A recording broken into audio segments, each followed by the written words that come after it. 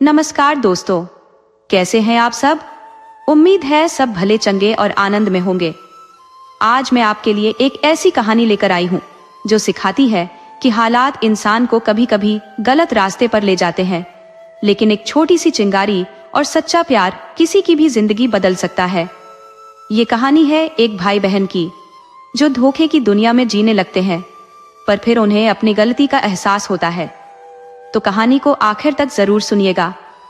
कहानी पसंद आए तो एक लाइक और अपने दोस्तों के साथ शेयर करना बिल्कुल मत भूलना, और टिप्पणी में राधे राधे जरूर लिखना। तो चलिए अब कहानी शुरू करते हैं। बहुत पुराने जमाने की बात है। एक गांव था सरलपुर, जहां दीपचंद नाम का बहुत गरीब आदमी रहता था। वो किसी तरह बड़ी मुश्किल से अपना गुजारा कर पा रहा था। वो गांव किसान मजदूरों का था। उस गांव में कोई भी अमीर आदमी नहीं था, हालांकि सभी के पास कुछ न कुछ जमीन थी। एक दीपचंद ही था जिसके पास अपनी कोई जमीन नहीं थी। सिर्फ एक घर था और अपना शरीर था। कहीं भी मेहनत मजदूरी करो और खाओ पियो। तो दीपचंद कहीं भी घूम फिर कर काम कर लेता था, मगर वह कहीं कोई पक्का काम चाहता था तो वो आसपास के गांव में काम की तलाश करता, मगर उसे 2-4 दिन से ज्यादा कहीं काम नहीं मिलता। और इस तरह कभी 1-2 सप्ताह तक कहीं कोई काम नहीं मिलता तो दीपचंद परेशान हो जाता। एक दिन उसने विचार किया कि अब मुझे कहीं दूर चलकर काम करना चाहिए। मेरा यह रखा ही क्या है जो इन सब का मोह करूं। एक झोपड़ी है जिसमें सिर्फ एक चारपाई आ सकती है। जमीन और घर के नाम पर मेरे पास इतना ही है। वो बहुत विचार कर दूसरे दिन घर से निकल पड़ा। उसने किसी से सुना था कि गांव से दूर जाने पर एक नगर मिलता है जो गांव से बहुत बड़ा होता है। वहाँ बहुत अमीर आदमी रहते हैं। वहाँ कोई खेती किसानी नहीं करता। नगर में कोई बाग बगीचे भी बड़े बड़े नहीं होते। वहाँ ऊंची ऊंची इमारतें होती हैं। वहाँ का हर आदमी बहुत अमीर होता है। वह अमीर अपनी सुख सुविधा के लिए गांव वालों को नौकर रखते हैं, उनसे छोटे मोटे काम लेते हैं और कम काम के पैसे ज्यादा देते हैं। तो इसी आस से वह नगर की खोज में निकल पड़ा, मगर उसे पता नहीं था कि नगर कहाँ है, वहाँ काम कैसे मिलेगा। बस घर से निकल गया था। वह चलते हुए एक जंगल से गुजर रहा था। उसे जंगल में ही शाम हो गई तो वह काफी डर गया। वह जंगल के रास्ते भी कभी नहीं गया था। रात में जंगल में रहने की बात ही अलग थी, तो वो घबराने लगा। सोचा कि अब क्या करूं? ये जंगल कितना बड़ा है, इसका अनुमान भी नहीं है। वो जंगल में इधर उधर देखने लगा। उसे कहीं कोई आदमी नहीं दिखाई दिया तो वह जल्दी जल्दी आगे बढ़ने लगा। अचानक उसे जंगल में एक बुढ़िया जाती हुई दिखाई पड़ी जो कुछ बकरियों को लिए हुए जा रही थी। यह देख दीपचंद की जान में जान आई कि जंगल में कोई इंसान भी रहता है। मैं उसके घर ठहर सकता हूँ, भले वह भोजन दे या ना दे, रहने को स्थान जरूर दे देगी। तो वह बुढ़िया के पीछे लग गया। बुढ़िया कोई 500 कदम आगे गई और रुक गई। दीपचंद ने देखा कि जंगल में एक झोपड़ी है। एक बकरियों के लिए अलग से झोपड़ी है। बुढ़िया की झोपड़ी मजबूत लकड़ियों से बनी है, जिसमें रात में कोई जानवर घुस नहीं सकते, तो बकरियों के लिए भी घर मजबूत ही था। दीपचंद जल्दी से बढ़कर बुढ़िया के पास गया तो बुढ़िया किसी लड़के को देखकर आश्चर्य में पड़ गई कि जंगल के अंदर यह लड़का कहाँ से आ गया। उसने आश्चर्य से पूछा कि तुम कौन हो और इस जंगल में क्या कर रहे हो, और फिर यहाँ कैसे आ गए। दीपचंद बोला कि मैं सरलपुर गांव का हूँ। मेरा नाम दीपचंद है। मैं बहुत गरीब आदमी हूँ। मेरा गुजारा गांव में नहीं हो पा रहा था तो नगर में काम की तलाश में निकला हूँ, मगर नगर जाने से पहले ही जंगल में शाम हो गई है, तो मैं आपको इधर बकरियों के साथ आते देखा तो पीछे पीछे आ गया। क्या आप मुझे रात भर के लिए अपने यहाँ आसरा देंगी? देखना, इनकार मत करना, मैं एक भला आदमी हूँ। और फिर मेरी जिंदगी का सवाल है, मुझे आसरा नहीं मिला तो जंगल में मुझे जंगली जानवर मारकर खा जाएंगे। बुढ़िया ने दीपचंद की तरफ ध्यान से देखा, फिर बोली कि देखो, मैं तुम्हें यहाँ रखने में असमर्थ हूँ। मैं तुझे अपने पास नहीं रख सकती। मेरे पास तुम्हारे रहने लायक कोई जगह ही नहीं है। दीपचंद बोला कि माई, मैं बकरियों के बाड़े में भी रह लूंगा, मगर मुझे अपने यहाँ रहने दे। बुढ़िया बोली कि तुम क्या मुझे मूर्ख समझ रखा है जो तुम्हें बकरियों के बाड़े में रहने दूं? तेरा क्या भरोसा, तू कहीं चोर हुआ तो मेरी सारी बकरियां लेकर भाग जाएगा, फिर मैं क्या करूंगी? नहीं नहीं, मैं तुझे अपने आसपास भी रहने नहीं दे सकती, तू भाग जा यहाँ से। दीपचंद समझ गया कि यह बुढ़िया जंगली है, इसको किसी से कोई मोह ममता नहीं है। ये जानवरों के बीच रहकर खुद जानवर बन गई है। इसके सामने नाक रगड़ने से भी ये मुझे स्थान नहीं देने वाली। अरे, मुझे अपनी झोपड़ी में रहने देती तो इसका क्या हो जाता। ये खुद ही मेरी माँ की तरह है। ये कोई जवान थोड़े ही है कि इसे मेरे से कोई छेड़छाड़ का खतरा है। मगर नहीं, इस उम्र में भी शायद अपने को जवान मान रही है, इसीलिए छुई मुई बनी हुई है। दीपचंद निराश हो वहां से चलने को हुआ तो बुढ़िया ने भी मन में कुछ सोच लिया। बोली कि तुम कुछ देर यहीं ठहरो, मैं अभी अपनी बेटी से पूछ कर आती हूँ कि तुम्हें यहाँ रखना है कि नहीं। दीपचंद समझ गया कि इस घर में एक जवान लड़की भी है, इसीलिए बुढ़िया नथुने फुला रही थी। बुढ़िया अपनी बेटी के पास गई और बोली कि बाहर संजोग से एक नौजवान आ गया है, वह रहने के लिए आसरा मांग रहा है। तू जरा झांक कर देख कि तुझे पसंद है, यदि हाँ तो हम उसे अपने यहाँ आसरा दे देते हैं। लड़की बोली कि माँ, इसमें देखने वाली कौन सी बात है, उसे ठहरने दो, सुबह चला जाएगा। बुढ़िया बोली कि पागलों वाली बात मत कर, तू मेरा कहा मान, एक बार देख ले। लड़की बोली कि आप भी हद करती हो, मैं उसे देखकर क्या करूंगी, कौन मुझे उससे ब्याह करना है। बुढ़िया बोली कि तेरा ब्याह ही उससे करना है, तो खुद सोच कि मेरी उम्र हो चली है, कल को गुजर गई तो तेरा क्या होगा। अकेली जंगल में क्या करेगी। दुनिया में सभी भले लोग नहीं होते, और जवान स्त्री के लिए तो बिल्कुल नहीं। अकेली नौजवान स्त्री पर सिर्फ मनचले ही मन मैला नहीं करते, पाखंडी साधु से लेकर बूढ़े तक मन ललचाते हैं। इसलिए जवान स्त्री को न तो अकेले रहना चाहिए, न अकेले यात्रा करनी चाहिए। अब तुम्हारी उम्र हो चली है एक जीवन साथी की, जो तुम्हारा साथ दे, तुम्हें सिर्फ प्यार ही न करे बल्कि सुरक्षित रख सके। इस संसार में सबसे सुरक्षित रखने लायक कोई चीज है तो वह स्त्री है, उसके बाद धन दौलत का स्थान है। बाहर खड़ा लड़का बहुत भला लग रहा है, मेरी बूढ़ी आंखें उसे बहुत ठीक से परख रही हैं। बस तू एक बार देखकर हाँ कर दे तो फिर मैं उसे तोते की तरह जाल में फंसा लूंगी, वो तेरा जिंदगी भर गुलाम बनकर रह जाएगा।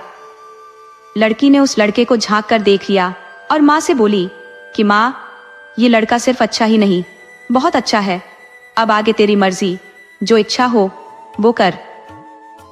बुढ़िया घर से बाहर आई और बोली कि बेटा, मुझे माफ करना, मैं तुझे पता नहीं क्या क्या कह गई। असल में बूढ़ी हो चली हूँ, मुझे गुस्सा बहुत जल्दी आ जाता है। दिन भर बकरियां चराकर आई थी, काफी थक गई थी। मैं जब थक जाती हूँ तो मुझे गुस्सा आने लगता है, किसी की अच्छी बात भी बुरी लगने लगती है।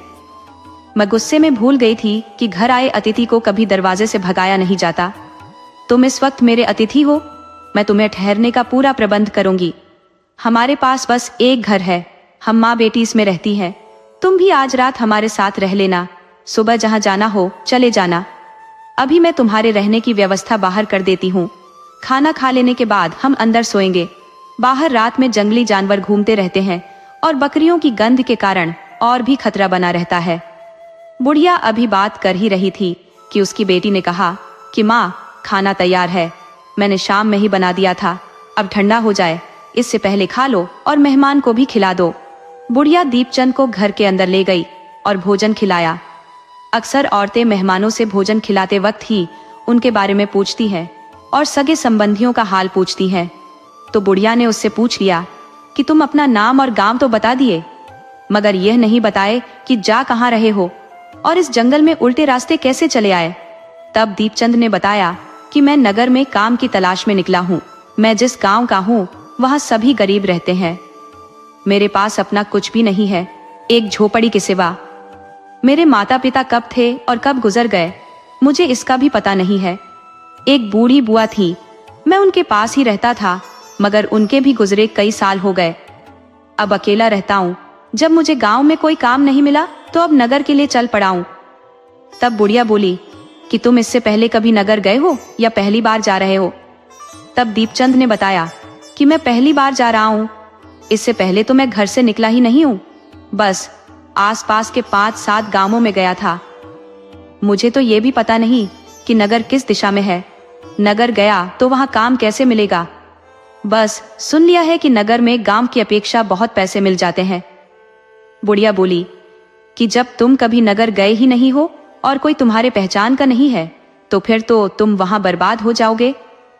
पहली बात कि तुम जिस तरफ चल पड़े हो उस तरफ जंगल के आसपास या दूर तक भी कोई नगर नहीं है। यहाँ सिर्फ जंगल ही जंगल है। तुम्हें इसे पार करने में 1-2 पखवाड़े भी लग जाएंगे। जैसे जैसे जंगल के अंदर चले जाओगे तो तुम्हें कोई आदमी नहीं मिलेगा, बल्कि दिन के वक्त भी खतरनाक जानवर घूमते हुए मिल जाएंगे जो तुम्हें किसी भी वक्त मारकर खा जाएंगे। अब तुम्हें नगर में जाना है तो यहाँ से उत्तर की तरफ 50 मील चलने के बाद एक नगर मिल जाएगा, मगर नगर में सभी ईमानदार नहीं होते। वहाँ ठग दलाल भी रहते हैं जो आदमी को खड़े खड़े बेच देते हैं। वह नगर में गए नए लड़कों से बहुत मीठी मीठी बातें करते हैं। लड़के उनके झांसे में आ जाते हैं। वह अच्छा काम दिलवाने के बहाने गुलाम खरीदने वाले व्यापारी के पास उस लड़के को लेकर चले जाते हैं और फिर ऊंची कीमत में उस लड़के को बेच देते हैं। वह लड़का जिंदगी भर गुलाम बनकर इधर उधर न जाने कितनी जगह बिकता रहता है। इस तरह गुलामी करते करते बूढ़ा हो जाता है। जब उसका मालिक देखता है कि अब गुलाम किसी काम का नहीं रहा तो उसे जंगल में छुड़वा देते हैं। जंगल में उसे जानवर मारकर खा जाते हैं। बेटा, अनजान आदमी के लिए नगर ठीक नहीं है। अब जा रहे हो तो संभल कर जाना। अगर दलालों से बच गए तो ठगिनियों से सावधान रहना। वो रूप रंग के जाल में तुम्हें फंसा लेंगी और फिर बड़ी ही चतुराई से तुम्हें बेच देंगी। बुढ़िया इतना कह आंसू बहाने लगी कि तुम इतने सीधे हो, कोमल हो, तुम ठगों से कैसे बच पाओगे? ये सोच सोचकर मेरे आंख से आंसू आ रहे हैं। दीपचंद बोला कि माई, नगर में ऐसा होता है, मैंने तो सोचा भी नहीं था। तुम पहले बता दी तो बहुत अच्छा किया, वरना मैं वहां फंसकर बर्बाद हो जाता। मगर माई, तुम मुझे कोई रास्ता बता कि मैं कैसे उन सब से बच पाऊं? बुढ़िया बोली, बेटा, अब एक दिन में तुम्हें उनसे बचने का तरीका कैसे बताऊं? इनकी पूरी चाल समझने के लिए मेरे पास तुम्हें 2-4 दिन रहना पड़ेगा। मैं ऐसा ऐसा उपाय बताऊंगी कि तुम कभी बुरे लोगों के जाल में फंसोगे ही नहीं। दीपचंद बोला कि माई, मैं 3-4 दिन तेरे घर रह लूंगा, मगर तुम मुझे तरीका बता दो। बुढ़िया बोली, ठीक है, तुम आज थक गए हो, आराम करो, कल तुम्हें इसकी सही और सटीक जानकारी दूंगी। दीपचंद चारपाई पर गिरते ही सो गया। तब बुढ़िया अपनी बेटी के कान में बोली कि मैंने अपना काम कर दिया है, अब आगे का काम तुम्हें देखना है। अब तुम कोई बच्ची नहीं है, किसी पुरुष को कैसे बस में करना है तुम अच्छी तरह समझती हो। मैं सुबह में बकरी लेकर जंगल में चराने चली जाऊंगी। मेरे जाने के बाद ही इसे जगाना और आगे क्या करना है खुद तय कर लेना। बुढ़िया कोई भली स्त्री नहीं थी। वह पड़ोसी राज्य की बहुत बड़ी ठगनी थी। उसके आतंक से बड़े बड़े सेठ डरा करते थे। वह कब किसे किस रूप में ठग ले कोई नहीं समझ पाता था। ठगनी के काम में उसका पति भी खूब साथ देता था। उधर राजा का मंत्री राजा के खिलाफ एक बड़ा षड्यंत्र रच रहा था। वो राज्य में कुछ सैनिकों को मिलाकर राजा के खिलाफ बगावत करा देना चाहता था। इस बात की जानकारी राजा के एक पंडित को लग गई थी। उसने इस बात को राजा से बताया कि आपके राज्य दरबार में कुछ ठीक नहीं चल रहा है, आप इस पर ध्यान दीजिए। पंडित को राजा कोई भी गोपनीय सूचना देने पर 5 सोने की मोहर दे देता था। तो राजा बोला कि जब तक सही जानकारी नहीं दोगे तो मैं कैसे मान लूं कि राज्य में सब कुछ गलत हो रहा है। आप मेरे पास कोई खास प्रमाण पेश करो। तब ब्राह्मण बोला कि मैं जल्दी ही आपके सामने एक बड़ा राज खोलकर रख दूंगा जो इस वक्त आपके खिलाफ चल रहा है। वह आदमी कौन है उसे भी सामने ला दूंगा। क्योंकि मंत्री दरबार में ही था और सब कुछ सुन रहा था। आखिर साजिश करता तो वही था। राजा भी काफी चतुर था। वो पंडित की बेवकूफी पर भी हैरान था कि उसे भरे दरबार में यह बात नहीं करनी चाहिए थी। गोपनीय बात राजा से अकेले और बंद कमरे में की जाती है कि वह बात कोई भी दूसरा सुन न सके। यह सामने कह दिया तो बात की गोपनीयता कहाँ रह गई। राजा ने खुद से पंडित के पीछे एक गुप्तचर लगा दिया कि उस पंडित पर नजर रखो। उधर मंत्री को डर सताने लगा कि मेरा भेद यदि खुल जाता है तो राजा मुझे फांसी छड़वा देगा। इससे पहले कि मेरा राज्य खुले ब्राह्मण को ही किसी बड़े षड्यंत्र में फंसा देना है। वह भागकर इस ठगनी के घर गया। ठगनी से मंत्री की गहरी यारी थी तो सारा राज ठगनी से कह सुनाया कि तुम मेरी अति प्रिय हो। यदि मैं किसी भी तरह इस राज्य का राजा बन जाता हूँ तो तुम्हें रानी बना लूंगा। तब ठगनी बोली कि आप चिंता इस बात की क्यों करते हो, मैं पंडित को चुटकियों में रास्ते से हटा सकती हूँ, आप इसके लिए निश्चिंत रहो। हाँ, एक काम कर दो, आप 5 सेर अच्छी मिठाई मेरे को दे जाओ और बेहतरीन व्यंजन बनाने के लिए सामग्री देते जाओ। साथ में सोने की 100 मोहरें। आपका दुश्मन सदा के लिए मिट जाएगा। मंत्री वहां से चला गया तो पीछे लगा हुआ पंडित ठगनी के घर तक आ गया और ठगनी से बोला कि आपसे मंत्री क्या क्या बात करके गया है, अगर सही सही बता दो तो तुझे मैं 5 मोहरें दे दूंगा। स्त्री बोली कि पंडित से मोहर लेकर क्यों अपने ऊपर पाप चढ़ाऊं, मैं ऐसे ही बता देती हूँ कि मंत्री स्त्री लोभी है, वह मेरी सूरत पर मर मिटा है। मैं जानती हूँ कि वह गलत कर रहा है, मगर वह राजा का मंत्री है, मैं उसे मना भी नहीं कर सकती। आप पंडित हो, कोई उपाय लगाकर उससे मुझे बचाओ। पंडित बोला कि मैं यह काम करा दूंगा, मैं राजा का खास आदमी हूँ, राजा से इसके खिलाफ शिकायत कर दूंगा। ठगिनी बोली कि मैं कैसे विश्वास कर लूं कि आप मेरी मदद करोगे, बिना स्वार्थ कोई किसी की मदद नहीं करता। स्त्री की मदद कोई उसके रूप को देखकर करता है, कोई उसका संग चाहने के लिए मदद करता है, कोई अपनी जीभ के स्वाद के लिए भी मदद कर देते हैं। वैसे लोग बहुत भले होते हैं, उन्हें सिर्फ स्त्री के हाथों बने भोजन का स्वाद पसंद होता है। आपको मेरे शरीर से कोई मतलब नहीं है, मगर भोजन तो मेरे हाथ का बना खा ही सकते हो। यदि आप मेरे हाथों का बना भोजन खा लेते हो तो मुझे विश्वास हो जाएगा कि आप मेरी मदद कर दोगे। ब्राह्मण बोला कि आप कहती हो तो भोजन भी पालूंगा, मगर अभी नहीं, मैं कल शाम में आपके घर खाना खाने आऊंगा, आप भोजन तैयार रखना। स्त्री बोली तब तो मुझे आप पर बहुत भरोसा हो जाएगा, मैं आप पर अपने पति से भी ज्यादा विश्वास करने लगूंगी। दूसरे दिन स्त्री ने अच्छा भोजन बनाकर रखा तो पंडित भोजन के लिए पधार गए। स्त्री ने ब्राह्मण को खूब लजीज खाना खाने को दिया। ब्राह्मण ने उसे जल्दी से खा लिया। वो खाना खाने से ही ब्राह्मण का पेट भर गया। वो बोला कि बस अब रहने दो, मेरा पेट भर गया। स्त्री बोली कि क्या बात करते हो, अभी तो मैंने आधे व्यंजन भी आपको खाने को नहीं दिए हैं। अभी रसमलाई, गुलाब जामुन, कलाकंद जैसी मिठाइयाँ खासकर आपके लिए मंगाया है, बस उसमें से एक एक पीस खा लो। पंडित बोला नहीं, मुझसे अब एक भी नहीं खाया जाएगा। स्त्री बोली कि मैं कोई मुफ्त में नहीं खिलाऊंगी, मैं आपको दक्षिणा भी दूंगी। उसने 10 सोने के सिक्के पंडित के सामने रखे और बोली कि बस एक गुलाब जामुन खा जाओ। पंडित बोला कि इच्छा तो नहीं थी, मगर जब इतना प्रेम से कह रही हो तो मुझे खाना ही पड़ेगा। वो और 2 मिठाई खा गए तो स्त्री ने 10 मोहरें और सामने रख दी और मुस्कुराते हुए बोली कि बस 2 और खा जाओ। अरे अभी तो शुरुआत है, मुझे अभी आपके बिस्तर भी गर्म करने हैं। जब आप मेरे लिए इतना कर रहे हो तो थोड़ा बहुत मेरा भी फर्ज बनता है। अब बस 4-5 पकवान है, आप जल्दी से खा लो। पंडित सोचा कि यहाँ आनंद ही आनंद है, मगर साला पेट धोखा दे रहा है, नहीं तो कितना भी खा लेता। अब 4-5 और खा लेता हूँ, और जब स्त्री मेरे साथ रात में रहने को खुद तैयार है तो मुझे क्या आपत्ति हो सकती है। वह 4-5 मिठाई खा गए, मगर स्त्री बड़ी चतुराई से उनसे नजरें बचाकर 4 मिठाई और डाल दी।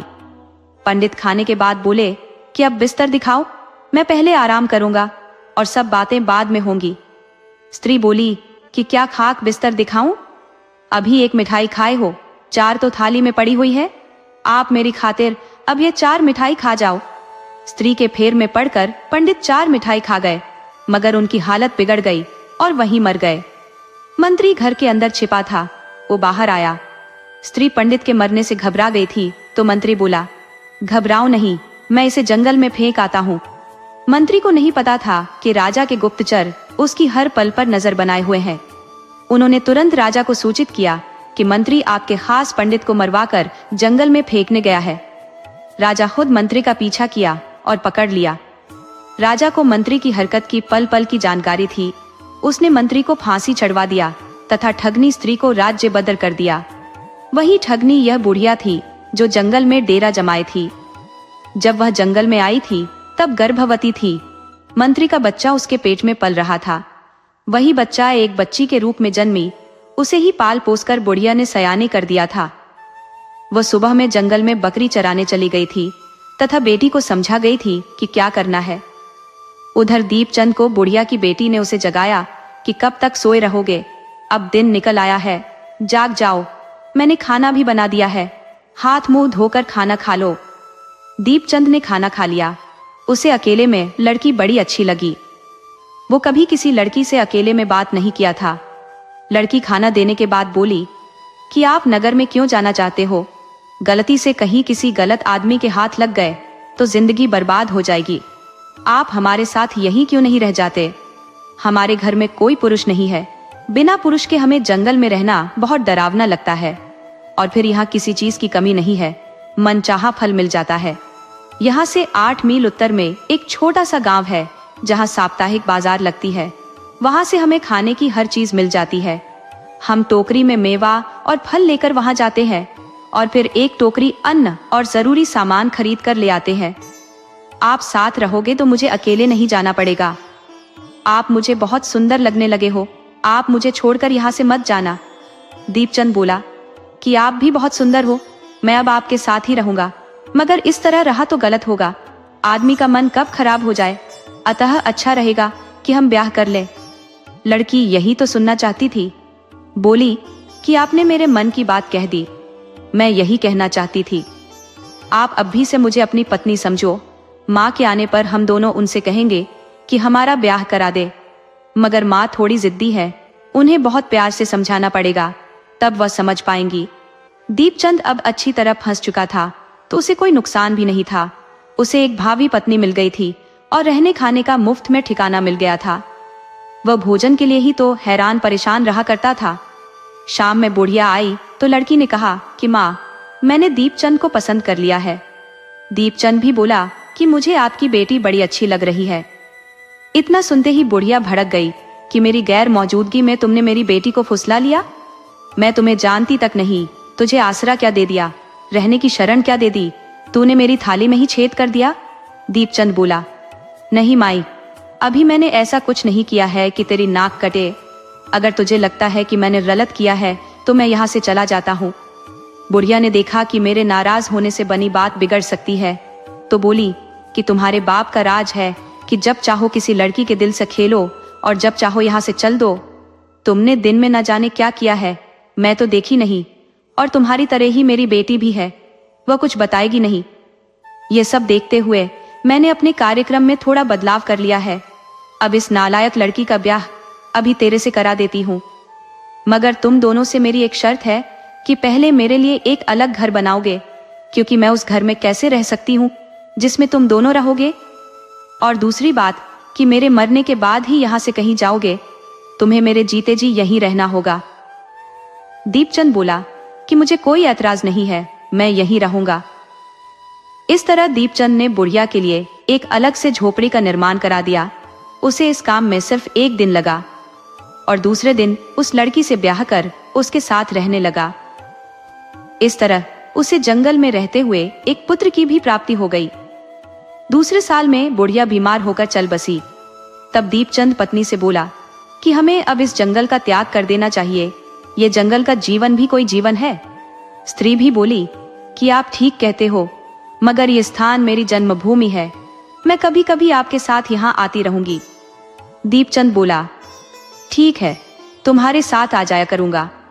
हालांकि जंगल में रहते हुए दोनों ने उतना तो कमा ही लिया था कि गांव आकर एक घर बना सके, तो बकरियां बेचकर दोनों अपने गांव सरलपुर लौट आए और एक अच्छा घर बना लिया।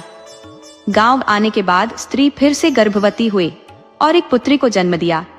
इस तरह दोनों का समय गुजरने लगा। दीपचंद स्त्री के बताए अनुसार काम करने लगा। वह दूसरे के यहाँ काम करने के बजाय जंगल से लकड़ी लाकर पास के एक बाजार में बेचने लगा। इससे दोनों का गुजारा होने लगा, साथ में दोनों बच्चे पलने लगे। दीपचंद के पड़ोस में एक फूलबासी काकी रहती थी, जो दीपचंद की पत्नी से बड़ा लगाव रखती थी। तो एक दिन दीपचंद की पत्नी पति से बोली कि हमें एक बार अपनी जन्मभूमि पर घूम कर आ जाना चाहिए। दीपचंद बोला कि तुम बाल बच्चेदार हो गई हो, अब जन्मभूमि का चक्कर छोड़ो और बच्चों का ख्याल करो। हम जंगल में उतना अंदर बच्चों को साथ लेकर कैसे जा पाएंगे। तब पत्नी बोली कि आप बेकार चिंता करते हो। अरे, हम बच्चों को काकी के पास छोड़ जाएंगे और हम वहां कोई डेरा डालने तो नहीं जा रहे, हम एक रात रहकर लौट आएंगे। वो घर मेरी माँ की याद से जुड़ा है, आप मेरे लिए वहां जरूर चलोगे। दीपचंद तैयार हो गया और पत्नी को लेकर जंगल के अंदर चला गया। वहां जाने में दोनों को रात हो गई तो दोनों वहीं रुक गए। अभी उनका बनाया घर उसी तरह पड़ा था, बस थोड़ी घास उगाई थी तो दोनों ने उसे साफ किया और रात में वहीं रह गए। खाना साथ ले गए थे तो खा लिया और सो गए। सुबह में दोनों वापस आ गए। इस तरह हर 2 साल पर स्त्री दीपचंद को लेकर जंगल में जरूर जाती और उस स्थान पर एक दिन रहकर लौट आती। उसे वहां जाना बड़ा अच्छा लगता। अब इस तरह 12 साल गुजर गए थे। एक दिन पत्नी दीपचंद से जिद करने लगी कि चलिए हम अपनी जन्मभूमि पर घूम आते हैं। दीपचंद बोला कि अब तुम कोई बच्ची नहीं हो जो जिद कर रही हो। तुम उस स्थान पर क्यों जाना चाहती हो, मेरी समझ से परे है। और अब तो उस स्थान पर कुछ बचा भी नहीं है। लकड़ी का घर सब सड़कर बर्बाद हो चुका है। पिछली साल हम गए थे तो वह रहने के लायक नहीं था। इस साल यदि हम गए तो हमें खुले आसमान में रहना पड़ेगा। अब वह जगह हमारे लिए सुरक्षित नहीं है। जब स्त्री ने काफी जिद की तो दीपचंद को झुक जाना पड़ा। वो स्त्री के साथ जंगल में चला गया, मगर इस बार जाने में काफी रात हो गई। जब दोनों उस घर के पास गए तो वहां पहले से एक शेर शेरनी ने डेरा जमा लिया था। उन्होंने दोनों को देखते ही मारकर खा लिया। वो दोनों अपने पुत्र सोहन और एक पुत्री राधा को बुढ़िया काकी के पास छोड़ गए थे। जब कोई 1 सप्ताह बाद भी घर नहीं लौटे तो काकी जान गई कि दोनों के साथ कोई अनहोनी हो गई है। अब वह नहीं आने वाले। अरे आते तो वह है जो इस दुनिया में रहते हैं, मगर दूसरी दुनिया में जाने वाले कभी वापस नहीं आते। उन्होंने दोनों बच्चों को समझाया कि अब तेरे माता पिता नहीं रहे, तुम्हारी बेवकूफ माँ अपने साथ उसे भी ले डूबी। अब तुम अपने तरीके से जीवन शुरू करो। सोहन बोला कि दादी, मैं अपने माँ बाप का पता लगाने जरूर जाऊंगा। तुम मेरी बहन का ख्याल रखना। वह बहन को पड़ोस वाली दादी के पास छोड़कर चला गया। संयोग से उसे रास्ते में एक बूढ़ा ठग मिल गया। वह उसे ठगी के बारे में बताने लगा तो सोहन को उसका बताया काम अच्छा लगा। अब वह अक्सर उस ठग से मिलकर और उससे ठगी का गुण सीखा करता। इस तरह 4-5 साल में वह ठगी की विद्या में पक्का हो गया। अब वह अकेले ही बहुत दूर तक निकल जाता और अपनी ठग बुद्धि से भोले भाले लोगों को विश्वास में लेकर उन्हें ठग लेता। पुराने समय में ग्रामीण क्षेत्रों में बहुत भोले भाले लोग बसते थे, तो उन्हें ठगना ठगों के लिए बहुत आसान था। ठग सोहन वैसे सीधे सादे लोगों से संपर्क बनाता, उनसे मित्रता स्थापित करता, फिर एक दिन उनका सब कुछ लूट पाट कर निकल जाता। सोहन जब कभी ठगी के लिए जाता तो अपनी बहन राधा को पड़ोसी बुढ़िया दादी के पास छोड़ जाता। बुढ़िया दादी काफी बूढ़ी हो चुकी थी, जबकि राधा सयानी हो चली थी। वो रूप की इतनी सुंदर थी कि अब आसपास के मनचले उस पर बुरी निगाह भी रखने लगे थे। तो एक दिन दादी सोहन से बोली, बेटा, तू मेरे पास अपनी बहन को छोड़कर चला जाता था, तब मैं उतनी बूढ़ी नहीं थी, परंतु राधा अब पूरी जवान हो चली है और मैं काफी बूढ़ी। तुम तो जानते हो आजकल गांव में मनचलों की संख्या पहले से काफी बढ़ गई है। वह आवारा कुत्तों की तरह दिन भर गलियों में घूमते रहते हैं और जवान छोरियों को देख सीटी बजाते हैं और भी कई तरह की हरकतें करते हैं। उन बेशरमों को कोई लोक लाज का डर नहीं। मुझ बुढ़िया में अब उतनी ताकत भी नहीं कि उन्हें डांट फटकार सकूं, बल्कि वही मुझे डांट फटकार लगा देते हैं। अतः अब तुम्हारी बहन हमारे पास सुरक्षित नहीं है। तुम अब जहां जाओ इसे साथ ले जाओ और मेरी बात मानो तो राधा का ब्याह कर चिंता से मुक्त हो जाओ। अब ब्याह हो जाने पर पहले तो कोई विवाहिता स्त्री को छेड़ता नहीं, दूसरे इसका पति इसकी रक्षा करेगा। तुम्हें इसकी सुरक्षा की सारी चिंता ही खत्म हो जाएगी। सोहन बोला, दादी, आपका विचार उत्तम है। मुझे अपनी बहन का ब्याह कर देना चाहिए, तभी मैं चिंता मुक्त हो पाऊंगा और फिर मुझे भी तो अपना ब्याह करना है। उसने सोचा, अपनी बहन को शहर लेकर चलता हूँ और अपनी बुद्धि के बल से इसका ब्याह किसी बड़े सेठ से करा देता हूँ। उसने राधा से बोला कि बहन, तू नगर चलने के लिए तैयारी कर ले, हम कल सुबह नगर को चलेंगे। राधा नगर का नाम सुनकर बहुत खुश हुई। वह चाहती थी कि उसका ब्याह नगर में हो जाए। वह सारी तैयारी रात में कर ली तो सोहन सुबह में अपनी बहन को लेकर नगर की तरफ चल पड़ा। चलते चलते दोपहर हो गया, मगर नगर अब भी 10 मील दूर था, तो वह एक पेड़ की छाया में आराम करने लगा। तभी वहां एक व्यापारी का लड़का ग्रामीण क्षेत्र से छोटे व्यापारियों के पास से उधारी पैसा वसूली कर लौट रहा था। उसने एक पेड़ की छाया में एक आदमी के साथ खूबसूरत लड़की को देखा तो वो पेड़ के पास ठहर गया। कुछ मनुष्यों की सबसे बड़ी कमजोरी है कि जब किसी सुंदर स्त्री को देख लेता है तो फिर उसका अच्छी तरह दीदार कर लेना चाहता है, उससे बात कर लेना चाहता है। सच पूछो तो प्यार की शुरुआत आंखें करती है, दिल बेचारा मुफ्त में बदनाम हो जाता है। वह व्यापारी का बेटा भी थोड़ा आशिक मिजाज था। उसने जब सुंदर लड़की देखा तो विचार किया कि उनके साथ हो लेता हूँ, उन दोनों के साथ चलने से रास्ता कट जाएगा। वो उस पेड़ के पास ठहर कर उनके चलने का इंतजार करने लगा। उधर सोहन कोई भला आदमी नहीं था, यह एक नंबर का ठग था। व्यापारी को देखते ही अंदाजा लगा लिया कि बहुत मालदार आदमी है, शरीर से हष्ट-पुष्ट है, उम्र भी इसकी ज्यादा नहीं है, बहन की उम्र का है, तो क्यों ना कोई उपाय लगाकर बहन की शादी इसी से करा दूं। इसके साथ यदि ब्याह दी गई तो राज करेगी। सोहन ने व्यापारी के बेटे से पूछ लिया, भैया कहाँ से आ रहे हो और कहाँ जाओगे? व्यापारी का बेटा बहुत सरल स्वभाव का था। उसने बता दिया कि भाई, मैं विजयनगर का रहने वाला हूँ। मैं नगर के सबसे मशहूर सेठ धर्मपाल का पुत्र हूँ। मेरा नाम प्रेम है। मेरे पिता ने ग्रामीण क्षेत्र में उधारी वसूली के लिए भेजा था और वसूली करके वापस आ रहा हूँ और वापस अब विजयनगर तक जाना है। सोहन बोला, मुझे भी विजयनगर तक ही जाना है। हम यदि साथ साथ चलते हैं तो और भी अच्छा रहेगा। आजकल जमाना बहुत बुरा है, धन संपत्ति लेकर अकेले चलना बहुत जोखिम भरा है। चोर उचक्के ठग वगैरह घूमते रहते हैं, इसलिए कभी भी रुपए पैसे लेकर अकेले नहीं चलना चाहिए। और अकेली स्त्री लेकर चलना भी कम खतरनाक नहीं है। मन चले साले पीछे लग जाते हैं। वे अकेली स्त्री और अकेले आदमी को साथ देखकर पीछा करने लगते हैं और सुनसान जगह देखकर छेड़ने के चक्कर में लग जाते हैं। आप हमारे साथ चलो, हमारे साथ हमारी बहन है। हम 2 जने साथ रहेंगे तो बहन की भी सुरक्षा के लिए ठीक रहेगा। वह व्यापारी बोला, भाई आप अपना परिचय मुझे दे। तब सोहन ने बताया कि भाई, मैं रामपुर के सेठ फकीर चंद का बेटा हूँ, परंतु मेरी परिस्थिति डूबते सूर्य की तरह हो गई है। मेरा व्यापार बहुत घाटे में चले जाने के कारण काफी कर्जदार हो चुका हूँ। मैं पहले विजयनगर पहुंचकर अपनी बहन का ब्याह करना चाहता हूँ। वहाँ कोई सेठ कालीचरण रहते हैं, उनका एक बेटा है, उनका क्या नाम है अभी मुझे याद नहीं आ रहा। सुना है कि बहुत होनहार है। तब वो व्यापारी बोला, भाई बुरा मत मानना, तुम जानबूझकर अपनी इतनी सुंदर बहन को कसाई के हवाले करने जा रहे हो। सोहन ने एक गहरी सांस ली और बोला, क्या करूं भाई, परिस्थिति जो न करा दे। तब वो व्यापारी बोला, आप दुखी काहे होते हो? आपकी बहन इतनी सुंदर है कि इससे तो मैं भी ब्याह कर सकता हूँ। मैं भी अपने पिता का इकलौता बेटा हूँ। मेरे पिता नगर के सबसे बड़े सेठ हैं। सोहन को लगा कि शिकार खुद ब खुद जाल में फंस रहा है। यदि मैं इससे अपनी बहन का ब्याह कर देता हूँ तो रानी बनकर राज करेगी, और एक बार ब्याह हो जाने पर स्त्री पति की आंखों की पुतली बन जाती है। उस स्त्री के मायके से कुछ लेना देना नहीं होता। उसका पति पत्नी से इतना प्रेम करता है कि उसे कोई नुकसान नहीं होने दे सकता, बल्कि स्त्री के इशारे पर ही चलता है।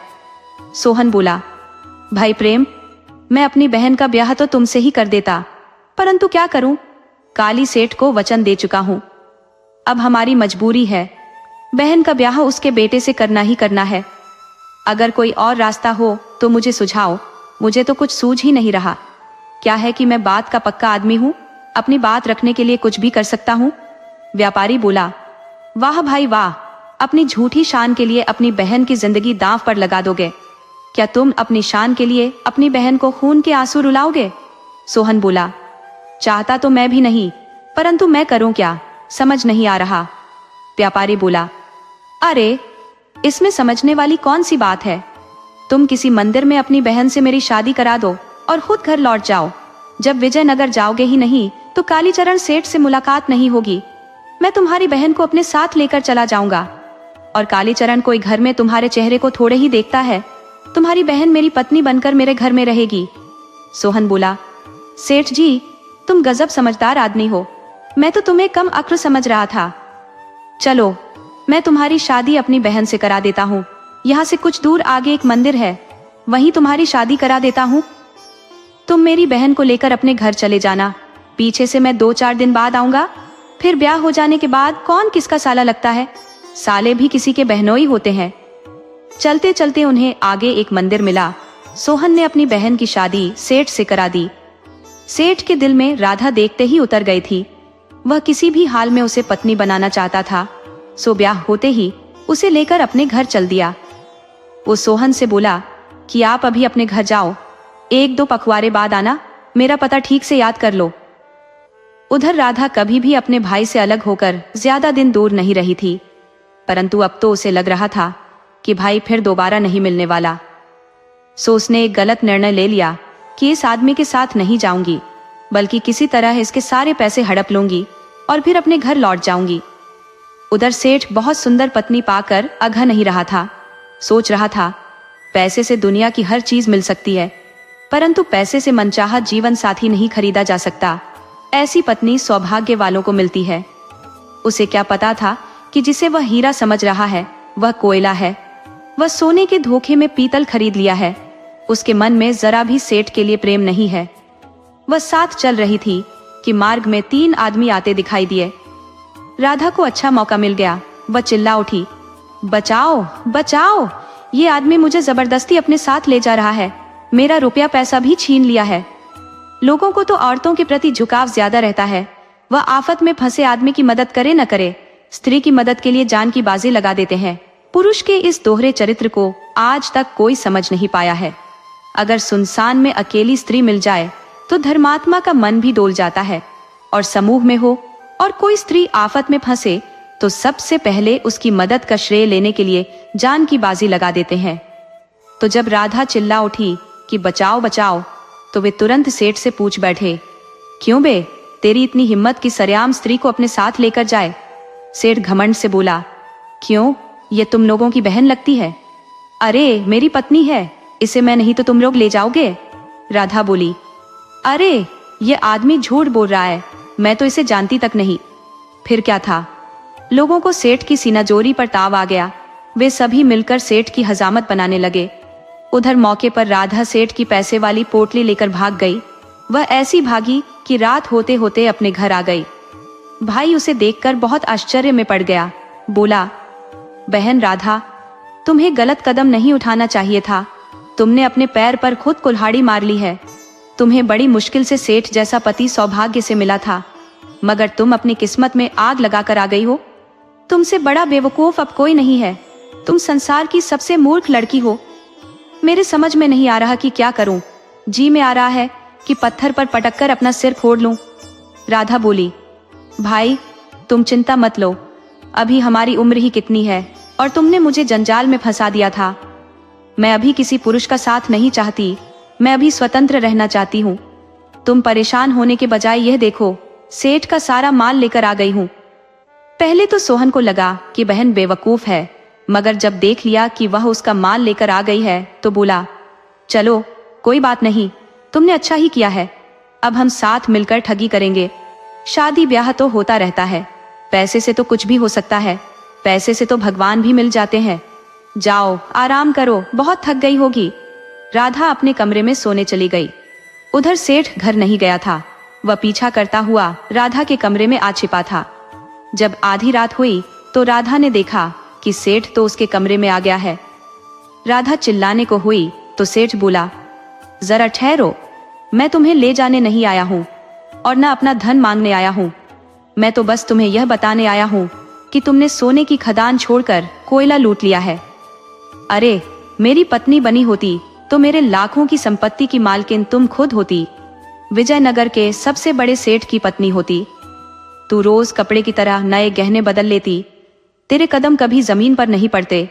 नौकर नौकरानी तेरे आगे पीछे खड़े रहते कि अब मालकिन क्या बोलती है। परंतु तुम्हारे भाग्य में दुर्भाग्य लिखा था, तो उसे कौन बदल सकता था।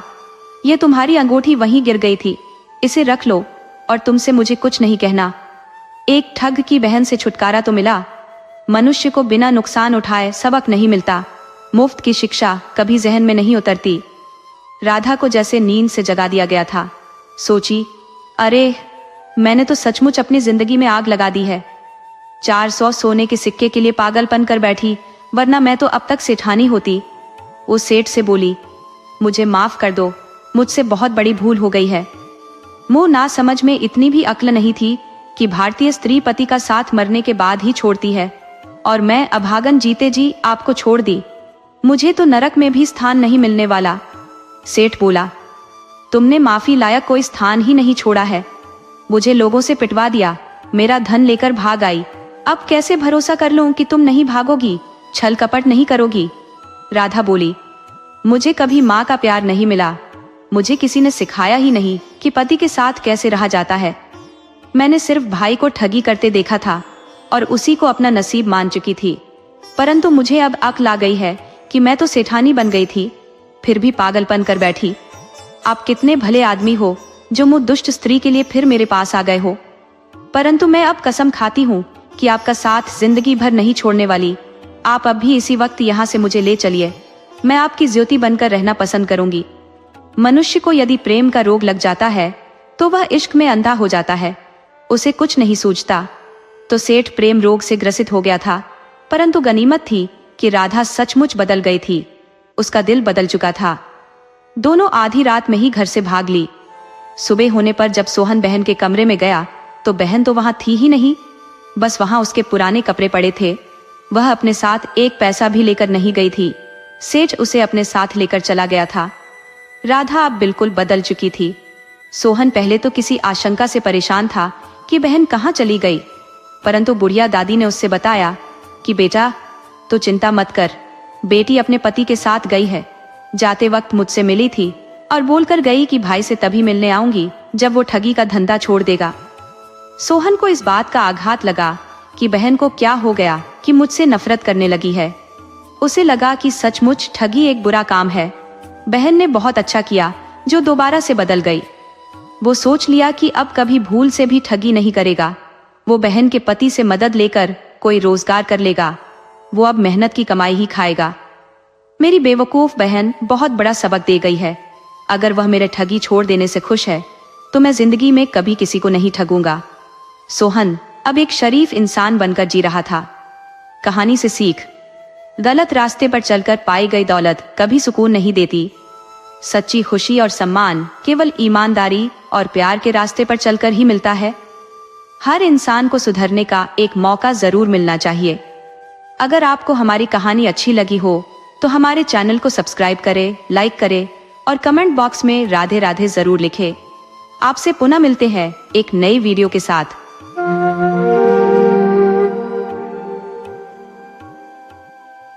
आज हम लेकर आए हैं दो ठग की कहानी। तो चलिए दोस्तों, कहानी की तरफ बढ़ते हैं। एक घना जंगल था जहां रात का सन्नाटा हर तरफ फैला हुआ था। हल्की हल्की हवा के झोंके पेड़ों की शाखाओं को हिला रहे थे, जिससे पत्तों की सरसराहट अजीब सा माहौल बना रही थी। दूर कहीं उल्लू की आवाज गूंज रही थी और झींगुर लगातार अपनी आवाज में रहस्य घोल रहे थे। इसी जंगल के बीचों बीच एक पुरानी सराय खड़ी थी जो अब सुनसान और वीरान हो चुकी थी। लोग इस सराय के पास जाने से भी डरते थे क्योंकि कई कहानियां इस जगह के रहस्यों से जुड़ी थी। इसी सराय के अंदर हल्की टिमटिमाती लालटेन की रोशनी में एक आदमी बैठा था। उसकी आंखों में अजीब चमक थी, चेहरे पर धूर्तता झलक रही थी। लंबा कद, पतला शरीर और कपड़ों से साफ जाहिर हो रहा था कि वह एक घूमंतु था, लेकिन कोई आम आदमी नहीं। उसकी आंखें बार बार दरवाजे की ओर उठ रही थी, मानो किसी का इंतजार कर रहा हो। अचानक सराय के बाहर घोड़े की टाप की आवाज गूंजी। आदमी ने धीरे से मुस्कुराते हुए अपने कपड़े ठीक किए और खुद को शांत दिखाने की कोशिश करने लगा। दरवाजा धीरे से खुला और एक दूसरा आदमी अंदर आया। वह पहले से ही अंदर बैठे व्यक्ति से थोड़ा हटकर था। कद में छोटा लेकिन गठीला शरीर, चेहरे पर हल्की दाढ़ी और आंखों में शातिरपन साफ झलक रहा था। उसकी चाल से ही अंदाजा हो जाता था कि वह भी कोई सीधा साधा आदमी नहीं था। उसने आते ही कमरे का मुआयना किया, फिर अपनी जगह बनाकर बैठ गया। काफी देर कर दी, पहले आदमी ने कहा, हल्की मुस्कुराहट के साथ। रास्ता लंबा था और चौकसी जरूरी थी, दूसरे ने जवाब दिया। कुछ पल की चुप्पी के बाद पहले आदमी ने धीरे से कहा, तो बताओ इस बार क्या सोचा है? दूसरे आदमी ने अपनी जेब से एक सिक्का निकाला और उंगलियों पर घुमाने लगा।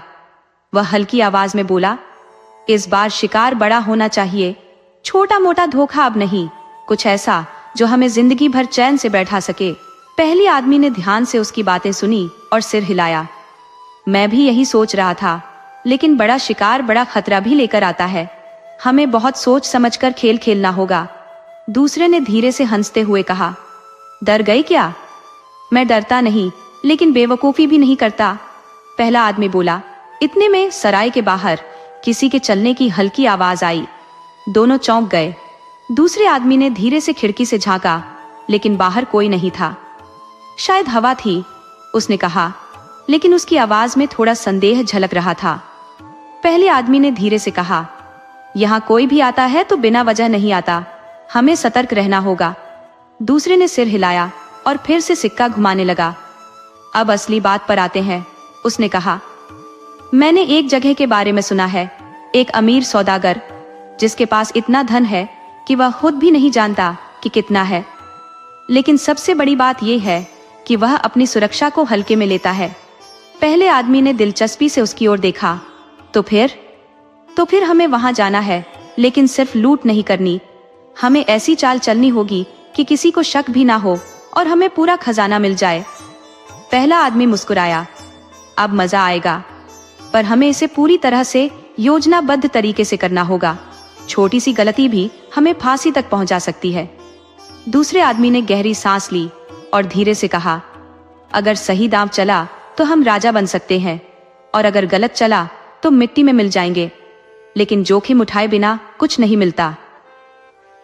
पहला आदमी कुछ सोचने लगा, फिर उसने धीरे से अपनी जेब से एक पुरानी नक्शा-नुमा चिट्ठी निकाली और टेबल पर रखी। ये नक्शा देख रहे हो? यह हमें उस सौदागर के घर तक नहीं, बल्कि उसके खजाने तक ले जाएगा। लेकिन इसका हर हिस्सा एक रहस्य से भरा हुआ है। दूसरे आदमी ने नक्शे की ओर झपटते हुए कहा, तो फिर देर किस बात की? हमें इसे समझकर अपनी चाल चलनी होगी। पहले आदमी ने हल्की हंसी के साथ कहा, जल्दबाजी मत कर, खेल तो अब शुरू हुआ है। सराय की टिमटिमाती रोशनी में दो ठगों ने अपनी सबसे बड़ी चाल की योजना बना ली थी। लेकिन क्या यह चाल उनके लिए फायदे का सौदा बनेगी, या यह जंगल और सराय उनके लिए आखिरी मंजिल साबित होगी? यह तो वक्त ही बताएगा। अगली सुबह सूरज की पहली किरण जैसे ही जंगल के ऊंचे ऊंचे पेड़ों से छनकर सराय की टूटी फूटी दीवारों पर पड़ी, अंदर बैठे दोनों ठगों की आंखें खुल गई। रात भर की योजना के बाद वे दोनों थक कर सो गए थे, लेकिन उनके दिमाग अब भी शातिर चालों में उलझे हुए थे। सराय के बाहर अभी भी सन्नाटा पसरा था, लेकिन अब समय आ गया था कि वे अपने खेल की अगली चाल चले। पहले ठग ने धीरे से उठकर खिड़की से बाहर झांका। हर दिशा में घना जंगल फैला था और कहीं दूर कोई परिंदा भी पर नहीं मार रहा था। उसने पीछे मुड़कर अपने साथी की ओर देखा, जो अब तक अपने हथियारों की जांच कर रहा था। एक छोटी कटार, एक लंबी रस्सी और कुछ ताले तोड़ने के औजार तैयार हो गए। तैयार हो? पहले ठग ने हल्की मुस्कान के साथ पूछा। हमेशा, दूसरा ठग बोला, कटार को अपनी कमर में छिपाते हुए। वे दोनों सराय से बाहर निकले और एक संकरी पगडंडी पर बढ़ चले। उनके सामने अब अगला बड़ा कदम था, अमीर सौदागर के शहर में प्रवेश करना। शहर तक पहुंचने के लिए उन्हें पहाड़ों के किनारे किनारे चलना था, जहां रास्ता न केवल खतरनाक था, बल्कि जगह जगह पर पहरेदार भी हो सकते थे। लेकिन इन दोनों के लिए खतरा ही असली खेल था। रास्ते में चलते हुए दूसरा ठग धीरे से बोला, हम सौदागर तक पहुंच भी जाएं, तब भी असली काम तो अंदर घुसने का होगा। सुना है कि उसके घर में सोने से जड़ी दीवारें हैं और पहरा दिन रात रहता है। पहला ठग मुस्कुराया, हर किले में कोई ना कोई कमजोर दीवार जरूर होती है, हमें बस वह तलाश नहीं होगी। चलते चलते वे दोपहर के समय एक छोटे गांव में पहुंचे, जो शहर से करीब 1 मील की दूरी पर था। ये गांव सौदागर के व्यापार के कारण फल फूल रहा था। ठगों ने गांव में घूमते हुए वहां के लोगों से सौदागर के बारे में जानने की कोशिश की। एक बूढ़े आदमी से बात करते हुए पहले ठग ने बड़े भोलेपन से कहा, बाबा, सुना है कि सौदागर साहब बहुत दयालु हैं। बूढ़ा हंसा, लेकिन उसकी हंसी में व्यंग्य था। दयालु? हाँ, अगर सोने के सिक्कों को अपनी मुट्ठी में कसकर रखना दयालुता कहलाती है, तो फिर हाँ, वह बहुत दयालु है। दूसरे ठग ने उत्सुकता से पूछा, क्या वह यहाँ आता है? बूढ़े ने सिर हिलाया। नहीं, वह बहुत कम ही घर से बाहर निकलता है। उसका भरोसा सिर्फ अपने नौकरों और खास आदमियों पर है।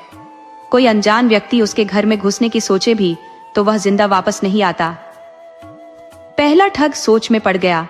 उन्हें अब एक ऐसी चाल चलनी थी जिससे वे आसानी से सौदागर के घर में घुस सके, बिना किसी को शक हुए। गांव में थोड़ी देर घूमने के बाद दोनों ठगों को एक नई योजना सूझी। उन्होंने देखा कि गांव के एक कोने में एक बूढ़ा वैद्य बैठा था जो जड़ी बूटियां और औषधियां बेच रहा था। उसके पास कुछ ग्राहक भी थे और वह बड़े ध्यान से सबको दवाइयां दे रहा था। पहले ठग ने धीरे से अपने साथी के कान में कहा, अगर हम खुद को वैद्य और उसका सहायक बनाकर सौदागर के घर पहुंचे तो शायद हमें भीतर जाने का मौका मिल जाए। दूसरे ठग ने उसकी योजना को समझते हुए सिर हिलाया, लेकिन अगर सौदागर को किसी वैद्य की जरूरत नहीं हुई तो? पहला ठग मुस्कुराया, तो हमें जरूरत पैदा करनी होगी। वहां से कुछ दूर सौदागर के घर के एक नौकर को देखकर उन्होंने अपनी अगली चाल चली। पहला ठग धीरे से गांव के कुएं के पास गया जहां नौकर पानी भरने आया था। मौका देखकर उसने अपनी जेब से एक छोटी शीशी निकाली जिसमें बेहोशी की हल्की दवा थी और जल्दी से उसे पानी में डाल दिया। फिर वह चुपचाप पीछे हटकर अपनी जगह पर लौट आया। कुछ ही देर बाद नौकर ने वह पानी पिया और कुछ ही मिनटों में उसके सिर में चक्कर आने लगे। वह लड़खड़ाते हुए गिर गया। गांव के लोग इकट्ठा हो गए, लेकिन किसी को समझ नहीं आया कि अचानक यह क्या हुआ। तभी पहला ठग आगे बढ़ा और वैद्य की तरह बोलते हुए बोला, इसे तुरंत इलाज की जरूरत है। अगर समय पर सही दवा नहीं मिली तो इसका हाल बुरा हो सकता है। गांव वाले घबरा गए और तुरंत उसे सौदागर के घर ले जाने की तैयारी करने लगे। दूसरा ठग भीड़ में खड़ा सब देख रहा था और अंदर ही अंदर मुस्कुरा रहा था। कुछ ही समय में नौकर को सौदागर की हवेली में ले जाया गया। ठगों की योजना अब तक सफल होती दिख रही थी। पहला ठग वैद्य के वेश में वहां पहुंचा और सौदागर के सेवकों को भरोसा दिलाने लगा कि केवल वही इसे ठीक कर सकता है। सौदागर खुद बहुत सतर्क आदमी था, लेकिन जब उसने देखा कि नौकर की हालत बिगड़ रही है तो उसने अनुमति दे दी कि वैद्य अंदर आ सकता है। पहले ठग ने झुककर सौदागर को प्रणाम किया और बड़े आदर से बोला, मालिक, इसे एक खास औषध की जरूरत है जो हमारे पास है। सौदागर ने गंभीरता से उसकी ओर देखा, अगर तुम इसे ठीक कर सकते हो तो इनाम मिलेगा, लेकिन अगर कोई चालाकी की तो तुम्हारी जान नहीं बचेगी। पहले ठग ने विनम्रता से सिर झुका लिया और नौकर के इलाज में लग गया। उसने एक साधारण दवा दी जिससे नौकर धीरे धीरे होश में आने लगा। सौदागर प्रभावित हुआ और उसने वैद्य को ठहरने की अनुमति दे दी। अब ठगों को हवेली के अंदर जाने का रास्ता मिल चुका था, लेकिन असली खेल अभी बाकी था। क्या वे अपनी चाल को जाम तक पहुंचा पाएंगे या कहीं खुद ही फंस जाएंगे? सौदागर के घर में घुसना उनकी योजना का पहला हिस्सा था, लेकिन असली चुनौती अब शुरू हो रही थी। हवेली बहुत बड़ी थी, दीवारों पर सोने और चांदी की कारीगरी थी और चारों ओर सख्त पहरा था। ठगों को अब बहुत ही चालाकी से हर कदम उठाना था, क्योंकि एक भी गलती उन्हें मौत के मुंह में धकेल सकती थी। पहला ठग, जो अब एक अनुभवी वैद्य के रूप में सौदागर के घर में प्रवेश कर चुका था, अपनी चालों को और तेज करने में लग गया। उसने अपने साथी से संकेत किया और वे दोनों हवेली के हर कोने को बारीकी से देखने लगे। रात का समय था। हवेली के नौकर थक कर अपने अपने कमरों में चले गए थे। पहरेदार अपनी जगह पर मौजूद थे, लेकिन उनमें से कुछ ऊँघ रहे थे। पहला ठग धीरे से उठा और हवेली की गलियों में घूमने लगा। उसकी नजर चारों ओर थी। हर दरवाजा, हर खिड़की, हर अंधेरा कोना उसे कोई ना कोई सुराग देने वाला था। तभी उसने देखा कि हवेली के पिछले हिस्से में एक भारी दरवाजा था जिस पर मजबूत ताला लगा हुआ था। यह दरवाजा बाकी हिस्सों से अलग लग रहा था, मानो यह किसी गुप्त कक्ष की रक्षा कर रहा हो। दूसरा ठग भी धीरे धीरे उसके पास आ गया। दोनों ने इशारों में बात की और दरवाजे की जांच करने लगे। ताला बहुत ही मजबूत था, जिसे तोड़ना आसान नहीं था, लेकिन ठगों को पता था कि हर ताले की कोई ना कोई चाबी जरूर होती है। उन्हें अब यह पता लगाना था कि यह चाबी किसके पास हो सकती है। उन्होंने अपनी योजना को आगे बढ़ाने के लिए अगले दिन का इंतजार किया। सुबह होते ही पहला ठग फिर से अपने वैद्य के रूप में काम करने लगा। उसने हवेली के नौकरों से दोस्ती बढ़ानी शुरू की ताकि वह उनके बारे में ज्यादा से ज्यादा जानकारी हासिल कर सके। कुछ ही समय में उसे यह पता चल गया कि उस दरवाजे की चाबी सौदागर के सबसे से मंद सेवक के पास थी, जो दिन रात सौदागर के पास ही रहता था। ये काम और भी मुश्किल था, क्योंकि सौदागर को हर चीज का पूरा अंदाजा रहता था और वह किसी पर जल्दी भरोसा नहीं करता था। दूसरा ठग इस दौरान हवेली में घूम घूम कर उसकी बनावट को समझने लगा। उसने देखा कि हवेली के नीचे एक गुप्त तहखाना था जो शायद खजाने तक जाने का रास्ता हो सकता था। यह तहखाना ठगों के चेहरे से पसीना बहने लगा। उन्होंने सपने में भी नहीं सोचा था कि सौदागर इतनी जल्दी उनकी चालाकी को भांप लेगा। चारों ओर तलवारें चमक रही थी और पहरेदार ने उन्हें घेर रखा था। सौदागर की आंखों में वह क्रूरता थी जो किसी भी क्षण मौत का ऐलान कर सकती थी। पहला ठग घबराया नहीं, बल्कि वह तुरंत अपनी चतुराई का इस्तेमाल करने लगा। उसने सौदागर को देखते हुए गहरी सांस ली और कहा, मुझे पता था कि आप बहुत चालाक इंसान हैं, लेकिन क्या आपने कभी यह सोचा है कि अगर हम यहाँ तक पहुँच पाए तो हमारी बुद्धिमानी का स्तर क्या होगा? सौदागर थोड़ा रुका, उसकी भौहें तन गई। ठगों ने देखा कि उनके पास केवल कुछ क्षण का ही समय था जिसमें उन्हें खुद को बचाने का कोई रास्ता निकालना था। दूसरे ठग ने अपनी जेब से एक छोटी सी पुड़िया निकाली और उसे हवा में उछाल दिया। अचानक कक्ष में धुआं फैल गया। ये वही जड़ी बूटी थी जिसे वे अपने बचाव के लिए हमेशा साथ रखते थे। पहरेदार की आंखें जलने लगी, वे खांसने लगे। इसी का फायदा उठाकर दोनों ठग तेजी से संदूक के पास पहुंचे और उसे खोलने की कोशिश करने लगे, लेकिन सौदागर भी कम चालाक नहीं था। उसने अपनी आंखें बंद करके आदेश दिया, दरवाजे बंद कर दो, कोई भी बाहर नहीं जाएगा। अब हालात और भी बुरे हो चुके थे। दरवाजे बंद हो गए। पहरेदार ने खुद को संभाल लिया था और ठगों की हरकतें अब साफ दिखाई देने लगी थी। पहला ठग समझ गया कि अब यहाँ से बचकर निकलने के लिए शारीरिक ताकत के बजाय दिमाग की चालाकी काम आएगी। उसने सौदागर से कहा, अगर हम मर भी गए तो भी तुम्हारा खजाना तुम्हें नहीं मिलेगा, क्योंकि हमने इसके भीतर एक जहर छुपा दिया है। सौदागर चौंक गया। उसने संदूक की ओर देखा और फिर ठगों की ओर। दूसरे ठग ने मौका देखकर एक भारी मशाल उठाई और उसे दीवार पर फेंक दिया। आग की लपटें उठने लगी। हवेली के भीतर अफरा तफरी मच गई। सौदागर के पहरेदार को अब अपनी जान बचाने की फिक्र होने लगी। इसी हंगामे का फायदा उठाकर ठग दोनों भागने लगे, लेकिन सौदागर ने भी हार नहीं मानी। उसने अपने सबसे ताकतवर पहरेदार को ठगों के पीछे दौड़ा दिया। अब खेल केवल दिमाग का नहीं था, बल्कि यह एक जानलेवा दौड़ बन चुकी थी। ठगों को हवेली से बाहर निकलना था, लेकिन हर तरफ पहरेदार तैनात थे। पहला ठग एक कोने में छिप गया और धीरे से अपने साथी को इशारा किया। दूसरा ठग तेजी से भागकर हवेली की छत की ओर चढ़ने लगा। पहरेदार उसके पीछे दौड़ पड़े। जैसे ही उन्होंने उस पर हमला करने के लिए तलवारें उठाई, पहले ठग ने एक भारी रस्सी से लटकर पहरेदार पर झपट्टा मारा और उन्हें गिरा दिया। अब दोनों ठग हवेली की छत पर थे। नीचे गहरी खाई थी और सामने सौदागर अपने तीरंदाज के साथ खड़ा था। सौदागर ने ठगों की ओर तीर चलाने का आदेश दिया।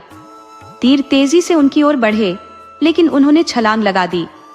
दोनों ठग सीधा हवेली के पिछवाड़े बने तालाब में जा गिरे। पानी के तेज छींटे के साथ वे तुरंत गहरे पानी में समा गए। सौदागर और उसके आदमी तालाब के किनारे आ गए, लेकिन वहां कोई नहीं था। ठगों ने पानी के भीतर सांस रोककर खुद को बचा लिया था।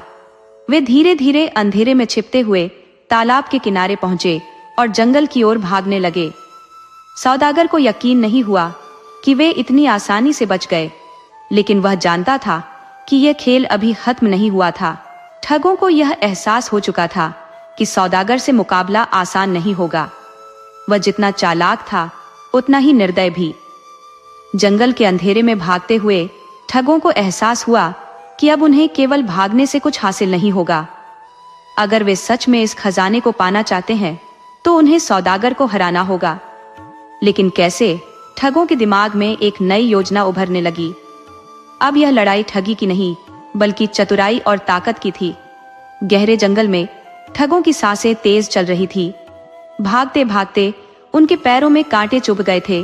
कपड़े जगह जगह से फट चुके थे, लेकिन उन्होंने पीछे मुड़कर नहीं देखा। सौदागर के आदमी उनके पीछे थे और वे जानते थे कि अगर पकड़ में आ गए तो मौत निश्चित थी। हवा में हल्की ठंडक थी। चारों ओर घना अंधेरा छाया हुआ था और जंगल की रहस्यमयी आवाजें माहौल को और भयावह बना रही थी। पहला ठग एक पुराने बरगद के पीछे छिप गया। और अपने साथी को भी इशारा किया। वे दोनों धीरे धीरे सांस रोककर देख रहे थे कि क्या सौदागर के आदमी अब भी उनके पीछे है या नहीं। अचानक पत्तों की सरसराहट सुनाई दी। उन्होंने झांक कर देखा, 3 आदमी मशाले लिए इधर उधर देख रहे थे। एक आदमी ठगों के छिपने के स्थान के बहुत करीब आ चुका था। ठगों ने अपने दिमाग से खेलना शुरू किया। पहला ठग धीरे धीरे पीछे सरकते हुए एक छोटे से पेड़ के पास गया और उसकी पतली टहनी तोड़कर जंगल में दूसरी दिशा में फेंक दी। जैसे ही टहनी गिरी, पहरेदार का ध्यान उस ओर चला गया। वे तुरंत मशाल लेकर उस दिशा में बढ़े। ठगों ने मौका देखकर तेजी से भागना शुरू किया। उनके पैर जमीन पर हल्के पड़ रहे थे, सांस रोककर भाग रहे थे ताकि कोई आवाज ना हो। लेकिन तभी दूसरा ठग ठोकर खाकर गिर पड़ा। सूखे पत्तों पर उसका गिरना पहरेदार के कानों तक पहुंच गया। वे तुरंत वापस मुड़े और मशालें लहराने लगे। ठगों ने खुद को संभाला और तेजी से दौड़ पड़े। अब यह दौड़ जीवन और मृत्यु के बीच की थी। भागते भागते वे एक गुफा के पास पहुंचे। गुफा के भीतर घना अंधेरा था, लेकिन उनके पास और कोई रास्ता नहीं था। वे अंदर घुस गए और धीरे धीरे भीतर बढ़ने लगे। पहरेदार को अब उनका कोई निशान नहीं मिल रहा था। वे गुफा के बाहर खड़े होकर मशालें घुमाने लगे। एक ने कहा, शायद वे यहीं कहीं छिपे हैं, हमें अंदर जाकर देखना चाहिए।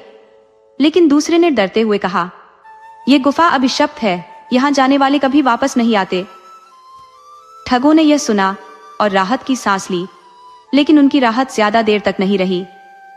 गुफा के भीतर हल्की हल्की सरसराहट हो रही थी। कोई उनकी ओर बढ़ रहा था। वे ठहर गए। पहला ठग धीरे धीरे आगे बढ़ा और दीवार को छूकर रास्ता टटोलने लगा, लेकिन तभी ठंडी हवा का झोंका उनके कानों के पास से गुजरा। दोनों ने एक दूसरे की ओर देखा। कुछ तो था वहां। अचानक गुफा के अंदर एक हल्की रोशनी दिखाई दी। एक बूढ़ा आदमी वहां बैठा हुआ था। उसकी लंबी दाढ़ी थी, आंखों में अजीब सी चमक थी और वह धीरे धीरे किसी मंत्र का जाप कर रहा था। ठगों ने चौंक कर उसे देखा। बूढ़ा आदमी धीरे से मुस्कुराया और कहा, तुम्हें यहां नहीं आना चाहिए था। ठगों को लगा कि शायद यह कोई साधु होगा, लेकिन जैसे ही वे उसके करीब गए, बूढ़े ने अपनी आंखें खोली और उनका रंग खून जैसा लाल हो गया। पहले ठग ने तुरंत पीछे हटने की कोशिश की, लेकिन बूढ़े ने अपना हाथ उठाया और अचानक पूरी गुफा में रोशनी फैल गई। वहां चारों ओर अजीब सी आकृतियां थी, जैसे किसी पुरानी सभ्यता के निशान हो। बूढ़ा धीरे से उठा और बोला, तुम्हें खजाना चाहिए है ना? ठग चौंक गए। वे यह नहीं समझ पा रहे थे कि यह बूढ़ा आदमी उनके बारे में सब कुछ कैसे जानता था।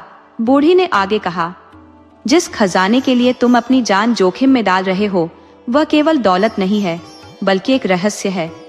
वह खजाना जिसे सौदागर ने अपने पास रखा है, वह केवल सोना चांदी नहीं, बल्कि एक प्राचीन शक्ति भी है।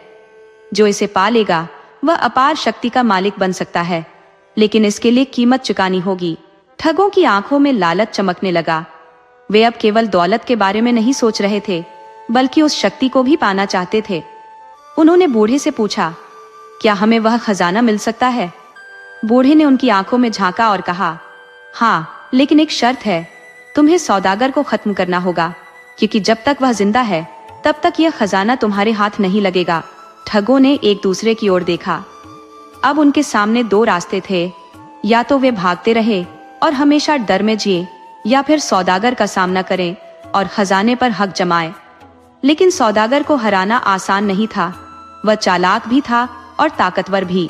बूढ़े ने धीरे से एक छोटी सी पुड़िया उनकी ओर बढ़ाई और कहा, ये लो, जब सही समय आए इसे हवा में छोड़ देना, ये तुम्हारी सबसे बड़ी ताकत बनेगी।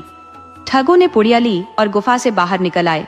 जंगल के बाहर अब अंधेरा गहरा चुका था। ठगों के मन में एक ही विचार था, अब वे शिकार नहीं बल्कि शिकारी बनेंगे। सौदागर को अपनी शक्ति का अहंकार था, लेकिन उसे यह नहीं पता था कि खेल अब बदल चुका है। जंगल के अंधेरे में उनकी आंखों में एक नई चमक थी। उन्होंने फैसला कर लिया था कि यह लड़ाई अब आखिरी होगी। सौदागर ने उन्हें धोखा दिया था, लेकिन अब वे उसे मात देने के लिए तैयार थे। ठग अब केवल ठगी करने वाले चोर नहीं रहे, वे अब खिलाड़ी बन चुके थे और उनका अगला कदम सौदागर के अंत की ओर बढ़ रहा था। गहरी रात थी, जंगल स्याह अंधकार में डूबा हुआ था, लेकिन ठगों की आंखों में एक अलग चमक थी। उनकी चाल में अब पहले जैसी घबराहट नहीं थी। वे जानते थे कि यह उनकी आखिरी जंग होगी और अगर वे सफल हुए तो दौलत, शक्ति और सम्मान उनके कदमों में होगा। अगर असफल हुए तो मौत उनका इंतजार कर रही थी। लेकिन ठग अब डर से परे जा चुके थे। बूढ़े साधु से मिली पुड़िया को कसकर पकड़े वे जंगल के रास्तों से गुजरते हुए सौदागर की हवेली की ओर बढ़ रहे थे। हवेली में रोशनी थी, चारों ओर पहरेदार तैनात थे। अंदर सौदागर अपने तख्त पर बैठा कुछ गिनतियां कर रहा था और उसके चेले चारों ओर खड़े थे, जैसे किसी योजना पर विचार कर रहे हों। ठगों ने हवेली के पीछे की ओर जाकर अपनी योजना को अंतिम रूप दिया। वे जानते थे कि सीधा हमला करना मूर्खता होगी, उन्हें चालाकी से सौदागर तक पहुंचना था। पहला ठग धीरे से दीवार पर चढ़ा और एक खिड़की से भीतर झांका। अंदर सौदागर अपने खास आदमी से बात कर रहा था। ये ठग अब तक मरे क्यों नहीं? सौदागर की आवाज में गुस्सा था। क्या हमारे आदमी इतने नालायक है कि 2 सड़क के छाप ठगों को भी नहीं पकड़ सके? ठग ने मुस्कुराकर अपने साथी की ओर देखा। वे अब पूरी तरह आश्वस्त हो गए थे कि सौदागर के मन में उनके लिए कितना डर बैठ चुका है। दूसरा ठग धीरे धीरे आगे बढ़ा और एक गुप्त दरवाजे की तलाश करने लगा। यह हवेली पुरानी थी और इसमें कई गुप्त रास्ते थे। बूढ़े साधु ने पहले ही इशारा किया था कि खजाने तक पहुंचने के लिए उन्हें एक गुप्त दरवाजे का इस्तेमाल करना होगा। काफी जमी हुई एक दीवार के कोने में उसे हल्की सी दरार दिखी। उसने धीरे से उसे धक्का दिया और एक संकरी सुरंग खुल गई। दोनों ठग उस सुरंग में घुस गए और धीरे धीरे अंदर बढ़ने लगे। सुरंग बेहद संकरी और अंधेरी थी, लेकिन उनकी आंखें अंधेरे में देखने की आदी हो चुकी थी। चलते चलते वे एक विशाल कक्ष में पहुंच गए। यहाँ हर तरफ सोने चांदी की मूर्तियां, बहुमूल्य रत्न और हीरे जवाहरात रखे थे। ठगों की आंखें चमक उठी, लेकिन उनकी असली मंजिल अभी बाकी थी। तभी उन्हें एक औरत की धीमी सिसकियां सुनाई दी। उन्होंने ध्यान से देखा। एक कोने में एक युवती जंजीरों से बंधी हुई थी। वह बेहद कमजोर लग रही थी, लेकिन उसकी आंखों में अजीब सी दृढ़ता थी। ठगों ने उसके करीब जाकर पूछा, तुम कौन हो? युवती ने धीरे से कहा, मैं वही हूं जिसकी वजह से यह खजाना आज तक किसी के हाथ नहीं लग सका। ठग चौंक गए। युवती ने आगे कहा, सौदागर ने मुझे बरसों पहले कैद किया था, क्योंकि वह जानता था कि मैं ही इस खजाने की असली रखवाली हूं। पहले ठग ने तुरंत युवती की जंजीरें खोलनी चाहिए, लेकिन तभी गुफा के द्वार पर एक तेज आवाज गूंजी, तो आखिर तुम यहाँ तक पहुंच ही गए। सौदागर अपनी पूरी सेना के साथ वहां खड़ा था। उसके हाथ में एक चमचमाती तलवार थी। तुम्हें लगा कि तुम मुझे मात दे सकते हो? उसकी हंसी हवेली की दीवारों से टकराकर गूंज उठी। ठगों ने एक दूसरे की ओर देखा। अब उनके पास केवल एक ही विकल्प था, युद्ध। ठग अब निराश थे, लेकिन उनके भीतर एक अजीब सी शांति थी। वे अब पहले जैसे नहीं रहे थे। अब वे केवल दौलत के पीछे भागने वाले ठग नहीं थे। उन्होंने जीवन का एक नया अर्थ खोज लिया था। युवती ने उनकी ओर देखा और कहा, अब तुम्हारा सफर खत्म हो चुका है, लेकिन अब तुम्हें यह तय करना होगा कि तुम क्या बनना चाहते हो, फिर से ठग या कुछ और? ठगों ने एक दूसरे की ओर देखा और फिर धीरे धीरे जंगल की ओर बढ़ गए। हवेली धूल में मिल चुकी थी। सौदागर का अंत हो चुका था और अब उनका भविष्य उनके हाथ में था। इस प्रकार 2 ठगों की कहानी एक नए मोड़ पर आकर समाप्त होती है, जहां वे अपनी पुरानी पहचान को पीछे छोड़कर एक नई शुरुआत की ओर बढ़ते हैं।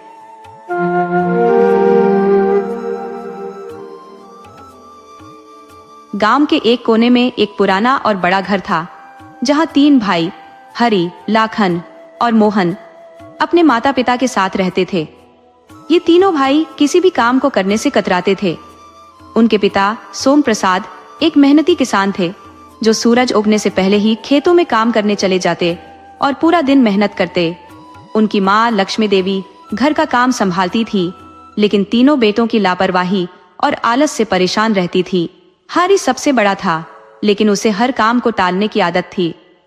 जब भी माँ उसे कोई काम करने के लिए कहती, वह बहाने बना लेता, जैसे अभी बहुत धूप है, थोड़ी देर में करूंगा, या थोड़ा आराम कर लूं, फिर करूंगा। लेकिन यह थोड़ी देर कभी खत्म ही नहीं होती थी। लाखन, जो बीच का भाई था, खाने पीने का बहुत शौकीन था। जब भी उसे कोई काम करने के लिए कहा जाता, वह बहाना बना लेता कि उसे भूख लगी है और पहले कुछ खाना है।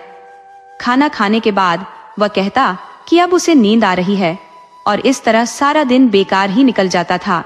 सबसे छोटा मोहन तो सबसे ज्यादा आलसी था। उसे तो कपड़े पहनने और नहाने तक में आलस आता था। जब माँ उसे नहाने के लिए कहती तो वह हफ्तों तक टालता रहता और कहता, गर्मी में नहाने की क्या जरूरत है, और सर्दी में तो वह कहता, वैसे भी नहीं नहाना चाहिए। गांव वाले भी इन तीनों भाइयों को देखकर हंसते थे। कई बार उनके पिता ने उन्हें काम पर लगाने की कोशिश की, लेकिन कोई फायदा नहीं हुआ। एक दिन सोम प्रसाद ने सोचा कि अगर इन्हें ऐसे ही छोड़ दिया गया तो ये जिंदगी भर किसी काम के नहीं रहेंगे। उन्होंने फैसला किया कि अब उन्हें कोई सबक सिखाना ही पड़ेगा। एक दिन पिता ने तीनों बेटों को बुलाया और कहा, मैं अब बूढ़ा हो रहा हूँ और मुझे खेत में मदद की जरूरत है। तुम तीनों को अब काम सीखना होगा। यह सुनकर तीनों भाइयों के चेहरे लटक गए। हरि ने तुरंत कहा, बाबा, खेत में काम करना बहुत मुश्किल होता है, हमें कोई दूसरा काम दे दीजिए। लाखन ने भी हामी भरते हुए कहा, हाँ बाबा, हम कुछ और कर लेंगे, लेकिन खेत में काम नहीं करेंगे। मोहन ने तो सीधा कह दिया, मुझे कोई भी काम पसंद नहीं, मुझे तो बस सोना पसंद है। सोम प्रसाद को अपने बेटों पर गुस्सा आया, लेकिन उन्होंने धैर्य रखा। वे जानते थे कि इन बेटों को सीधे डांटने से कोई फायदा नहीं होगा। उन्होंने चुपचाप कुछ सोचा और फिर मुस्कुराकर बोले, ठीक है, अगर तुम खेत में काम नहीं करना चाहते तो कोई बात नहीं, लेकिन मैं चाहता हूं कि तुम तीनों कुछ ना कुछ सीखो। मैं तुम्हें 3 दिन का समय देता हूं। इन 3 दिनों में अगर तुम मुझे यह साबित कर दो कि तुम बिना मेहनत किए अमीर बन सकते हो, तो मैं तुमसे कभी कोई काम नहीं करवाऊंगा। लेकिन अगर तुम असफल हुए तो फिर तुम्हें वही करना होगा जो मैं कहूंगा। तीनों भाइयों को यह शर्त बहुत आसान लगी। वे सोचने लगे कि बिना मेहनत के अमीर कैसे बना जाए। हरि ने सोचा कि अगर वह किसी अमीर आदमी से दोस्ती कर ले तो वह उसे पैसे दे सकता है। लाखन को लगा कि अगर वह कोई जुआ खेल ले तो जल्दी पैसे कमा सकता है। मोहन ने कुछ भी सोचना जरूरी नहीं समझा, क्योंकि उसे यकीन था कि वह किसी न किसी बहाने से बच ही जाएगा। अगले दिन तीनों भाई अपनी अपनी योजना के साथ निकले। हरि गांव के सबसे अमीर आदमी सेठ दीनानाथ के पास गया। उसने सोचा कि वह सेठ से दोस्ती कर ले और फिर उससे उधार पैसे मांग ले।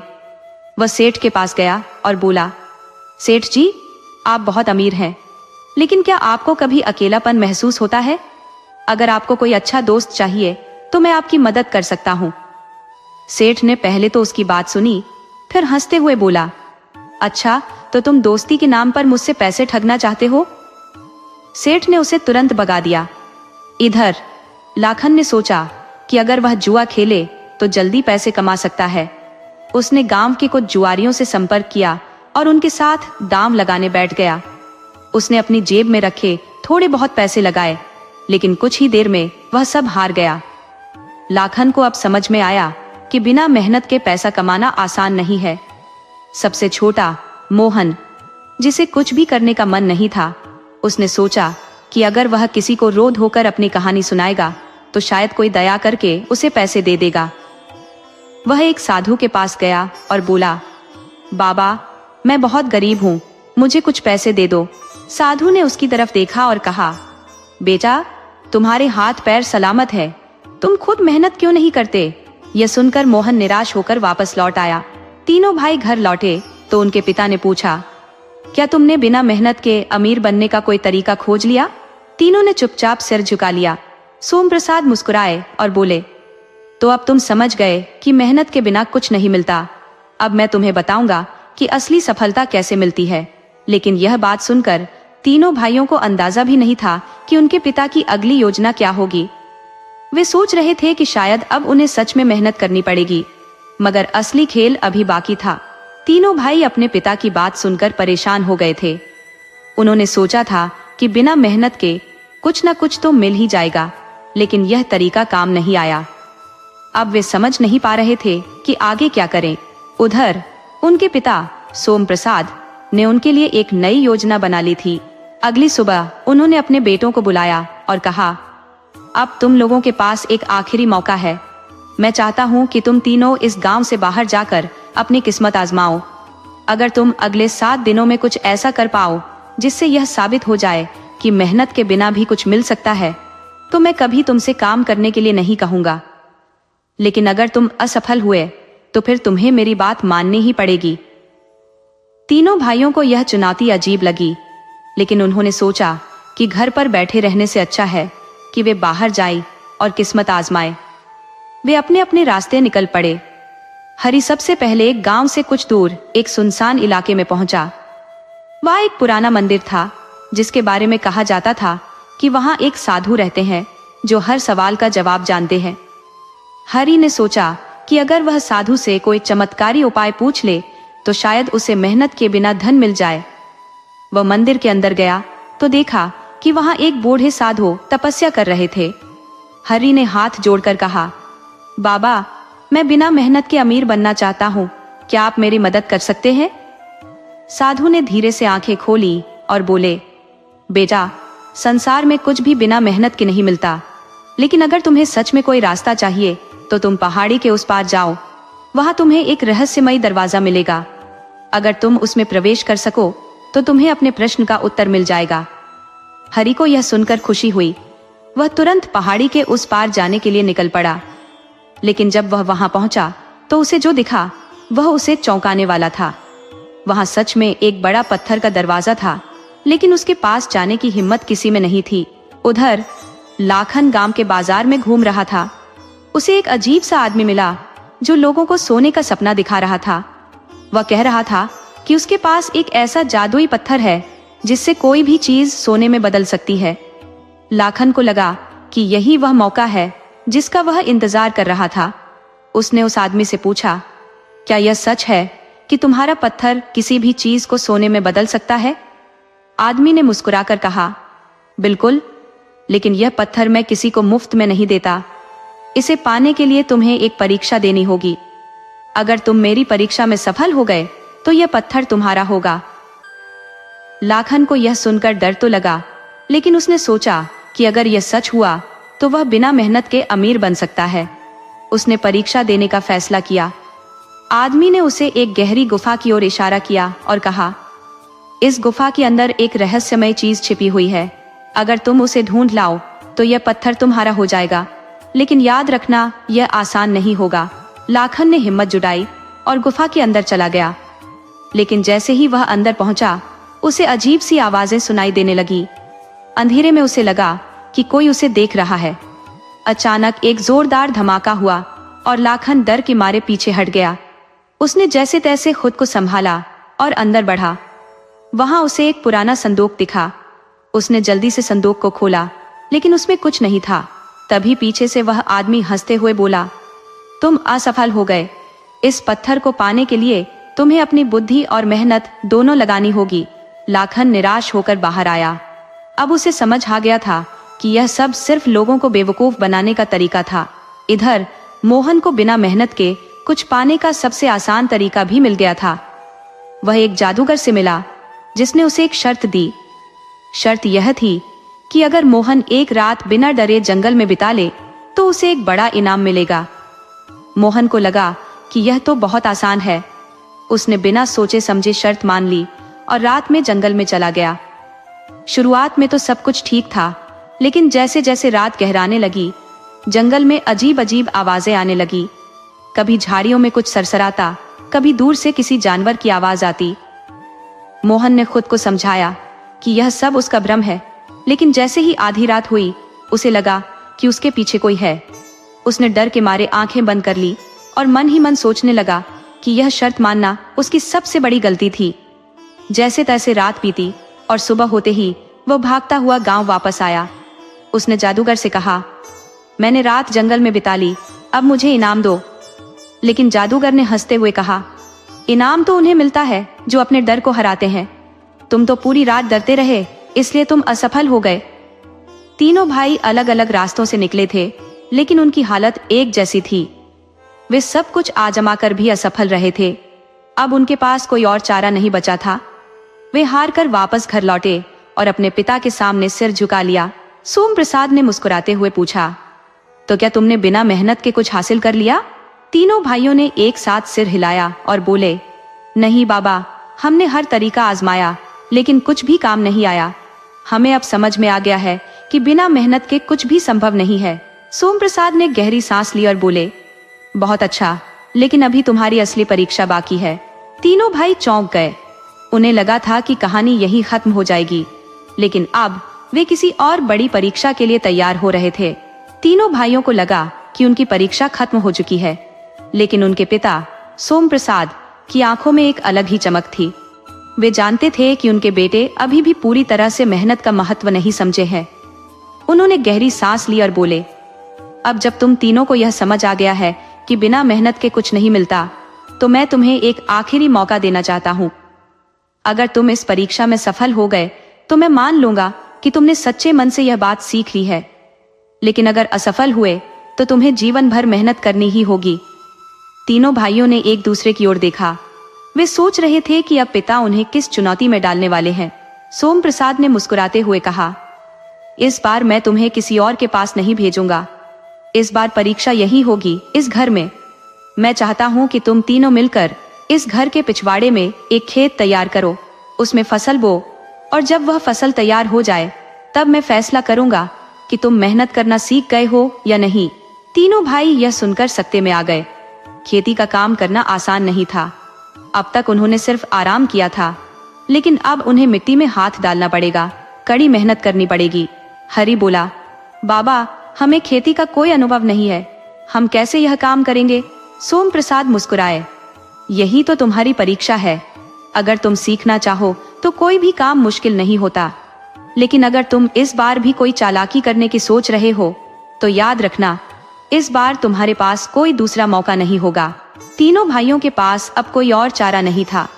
वे मान गए और खेत तैयार करने के काम में लग गए। शुरुआती कुछ दिन बहुत मुश्किल भरे रहे।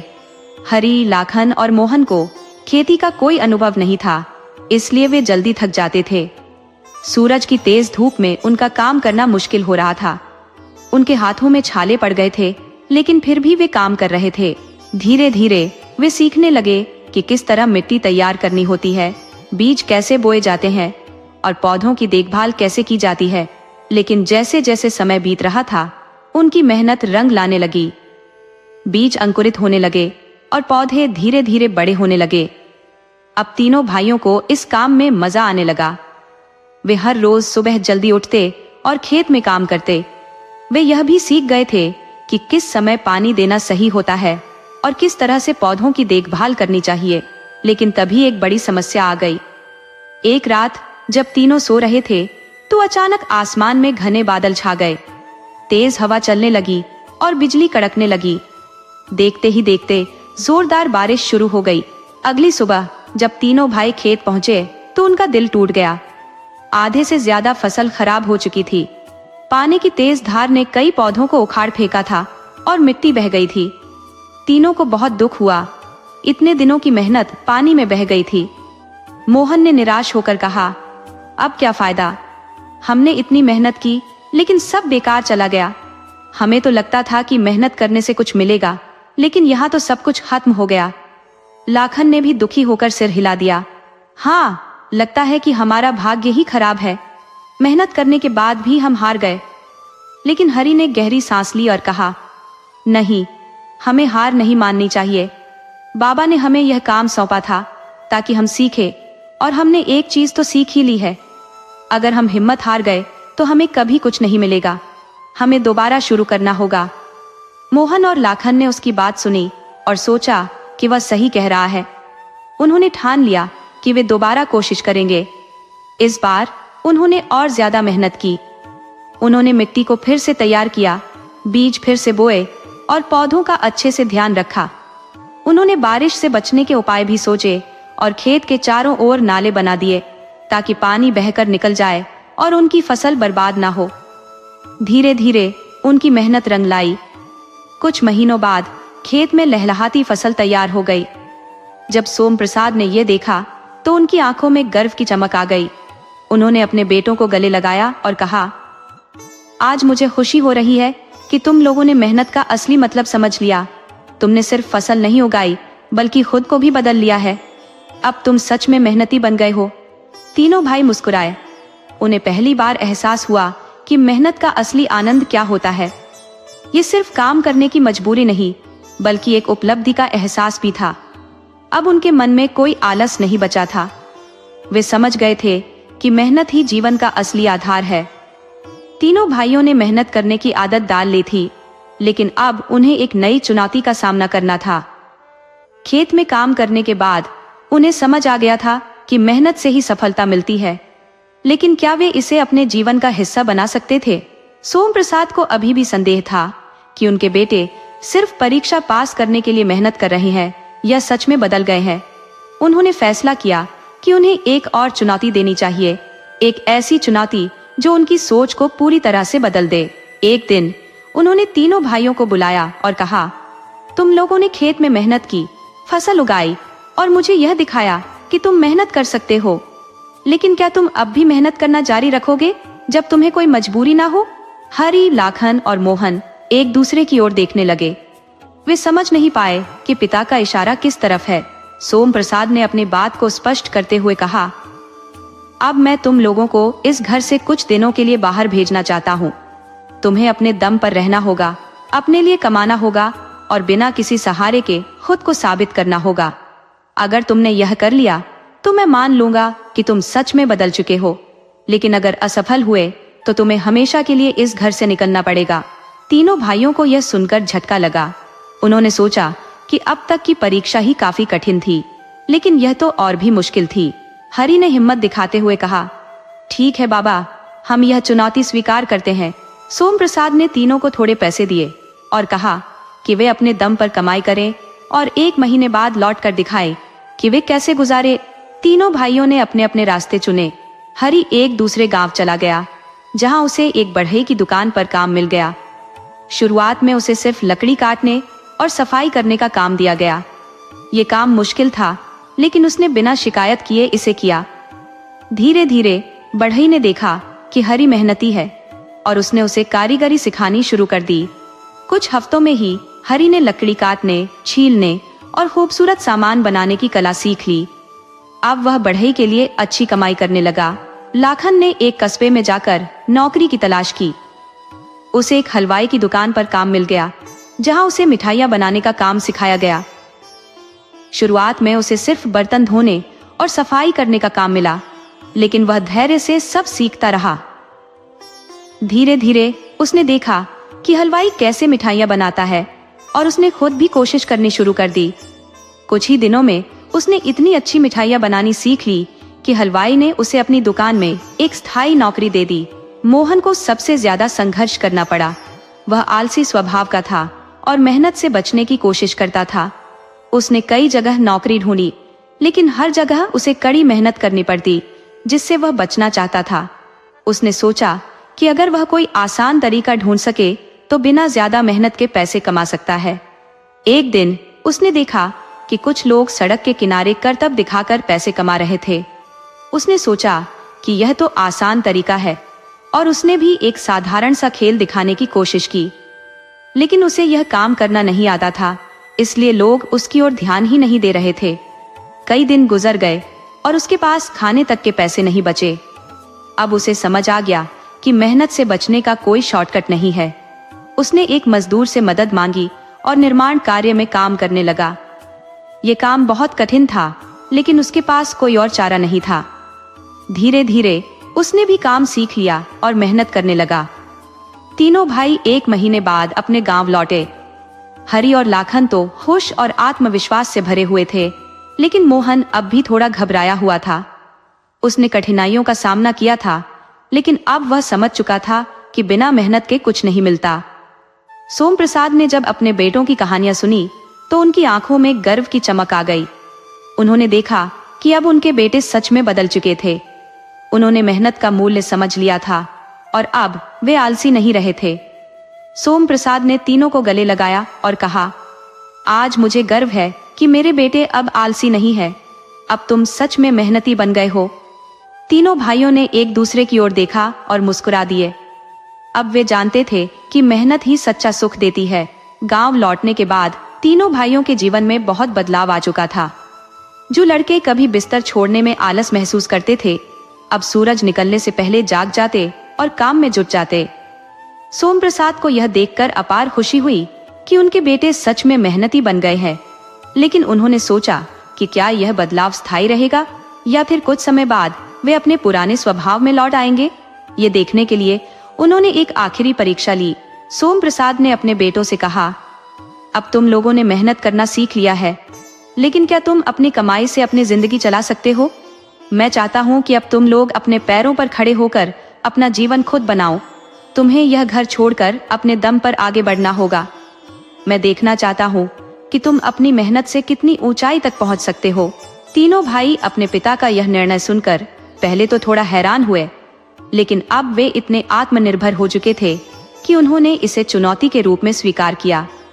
वे अब गांव से बाहर निकलने के लिए तैयार थे, लेकिन इस बार उनका मनोबल पहले से कहीं ज्यादा मजबूत था। हरी ने अपने बढ़ईगिरी के हुनर को और निखारने के लिए शहर जाने का फैसला किया। उसने सुना था कि शहर में लकड़ी के बढ़िया फर्नीचर की काफी मांग है। वह शहर पहुंचा और एक बड़े फर्नीचर व्यापारी के पास काम करने लगा।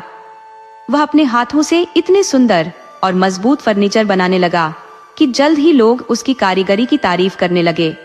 धीरे धीरे उसने अपनी खुद की एक छोटी दुकान खोल ली और उसका नाम होने लगा। लाखन ने मिठाइयाँ बनाने में अपनी रुचि को आगे बढ़ाने का फैसला किया। उसने सोचा कि अगर वह अपने खुद के हाथ से बनी मिठाइयाँ बेच सके तो इससे उसका नाम हो सकता है। उसने गांव में ही एक छोटी सी दुकान खोली और अपनी अनोखी मिठाइयों की वजह से जल्द ही उसका व्यापार चल निकला। उसकी दुकान की मिठाइयाँ इतनी स्वादिष्ट होती थी कि लोग दूर दूर से खरीदने आते। वह अब सिर्फ गांव में ही नहीं बल्कि आसपास के कस्बों में भी मशहूर हो गया था। मोहन को अपनी गलती का एहसास हो चुका था कि उसने हमेशा आसान रास्ता ढूंढने की कोशिश की थी। अब उसने फैसला किया कि वह किसी शॉर्टकट की तलाश नहीं करेगा, बल्कि मेहनत से अपना भविष्य बनाएगा। उसने निर्माण कार्य में अपनी रुचि विकसित कर ली थी और उसने एक ठेकेदार के अधीन काम करना शुरू किया। धीरे धीरे उसने निर्माण का पूरा काम सीख लिया और कुछ वर्षों में खुद ठेकेदारी करने लगा। अब वह एक सफल ठेकेदार बन गया था और लोग उसकी ईमानदारी और मेहनत की बहुत तारीफ करने लगे थे। समय बीतता गया। तीनों भाइयों ने अपनी अपनी मेहनत से एक अच्छी जिंदगी बना ली थी। वे पहले से कहीं ज्यादा आत्मनिर्भर और जिम्मेदार बन चुके थे। कुछ वर्षों बाद वे अपने माता पिता से मिलने गांव लौटे। जब सोम प्रसाद ने देखा कि उनके तीनों बेटे अब सफल और मेहनती बन गए हैं, तो उनकी आंखों में खुशी के आंसू आ गए। उन्होंने अपने बेटों को गले लगाया और कहा, मुझे आज तुम पर गर्व है। तुमने साबित कर दिया कि मेहनत ही सबसे बड़ी ताकत होती है। जब तक तुम मेहनत करते रहोगे, तब तक तुम कभी असफल नहीं हो सकते। तीनों भाइयों ने भी अपने पिता के चरण स्पर्श किए और कहा, आपकी सिखाई हुई बातों ने ही हमें इस मुकाम तक पहुंचाया है। अगर आप हमें मेहनत करने की सीख ना देते तो आज भी हम आलसी होते और अपनी जिंदगी बर्बाद कर चुके होते। गांव के लोग भी यह देखकर चकित थे कि जो तीन भाई कभी सबसे बड़े आलसी हुआ करते थे, वे अब गांव के सबसे सफल और मेहनती इंसान बन चुके थे। लोग उनकी कहानियां सुनकर अपने बच्चों को मेहनत करने की सीख देने लगे। इस तरह तीनों भाइयों की जिंदगी पूरी तरह से बदल चुकी थी। वे अब अपने अपने क्षेत्र में सफलता की नई ऊंचाइयों तक पहुंच चुके थे। लेकिन एक चीज जो नहीं बदली थी, वह थी उनकी मेहनत और लगन। वे अब जानते थे कि जीवन में कुछ भी हासिल करना है तो आलस को त्याग कर परिश्रम का रास्ता अपनाना ही एकमात्र उपाय है। इस कहानी से हमें यह सीख मिलती है कि जीवन में सफलता का कोई शॉर्टकट नहीं होता। जो लोग मेहनत से भागते हैं वे जीवन में कभी आगे नहीं बढ़ पाते, लेकिन जो श्रम को अपनाते हैं वे हर कठिनाई को पार करके अपनी मंजिल तक पहुंचते हैं। तीनों भाइयों ने आलस को त्याग कर यह साबित कर दिया कि मेहनत और लगन से कुछ भी संभव है।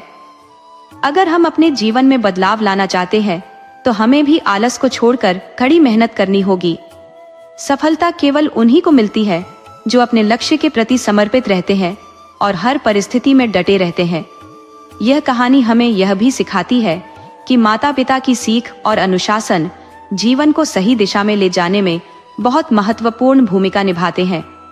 अगर वे समय पर अपने बच्चों को सही राह दिखाएं तो उनका भविष्य उज्जवल हो सकता है।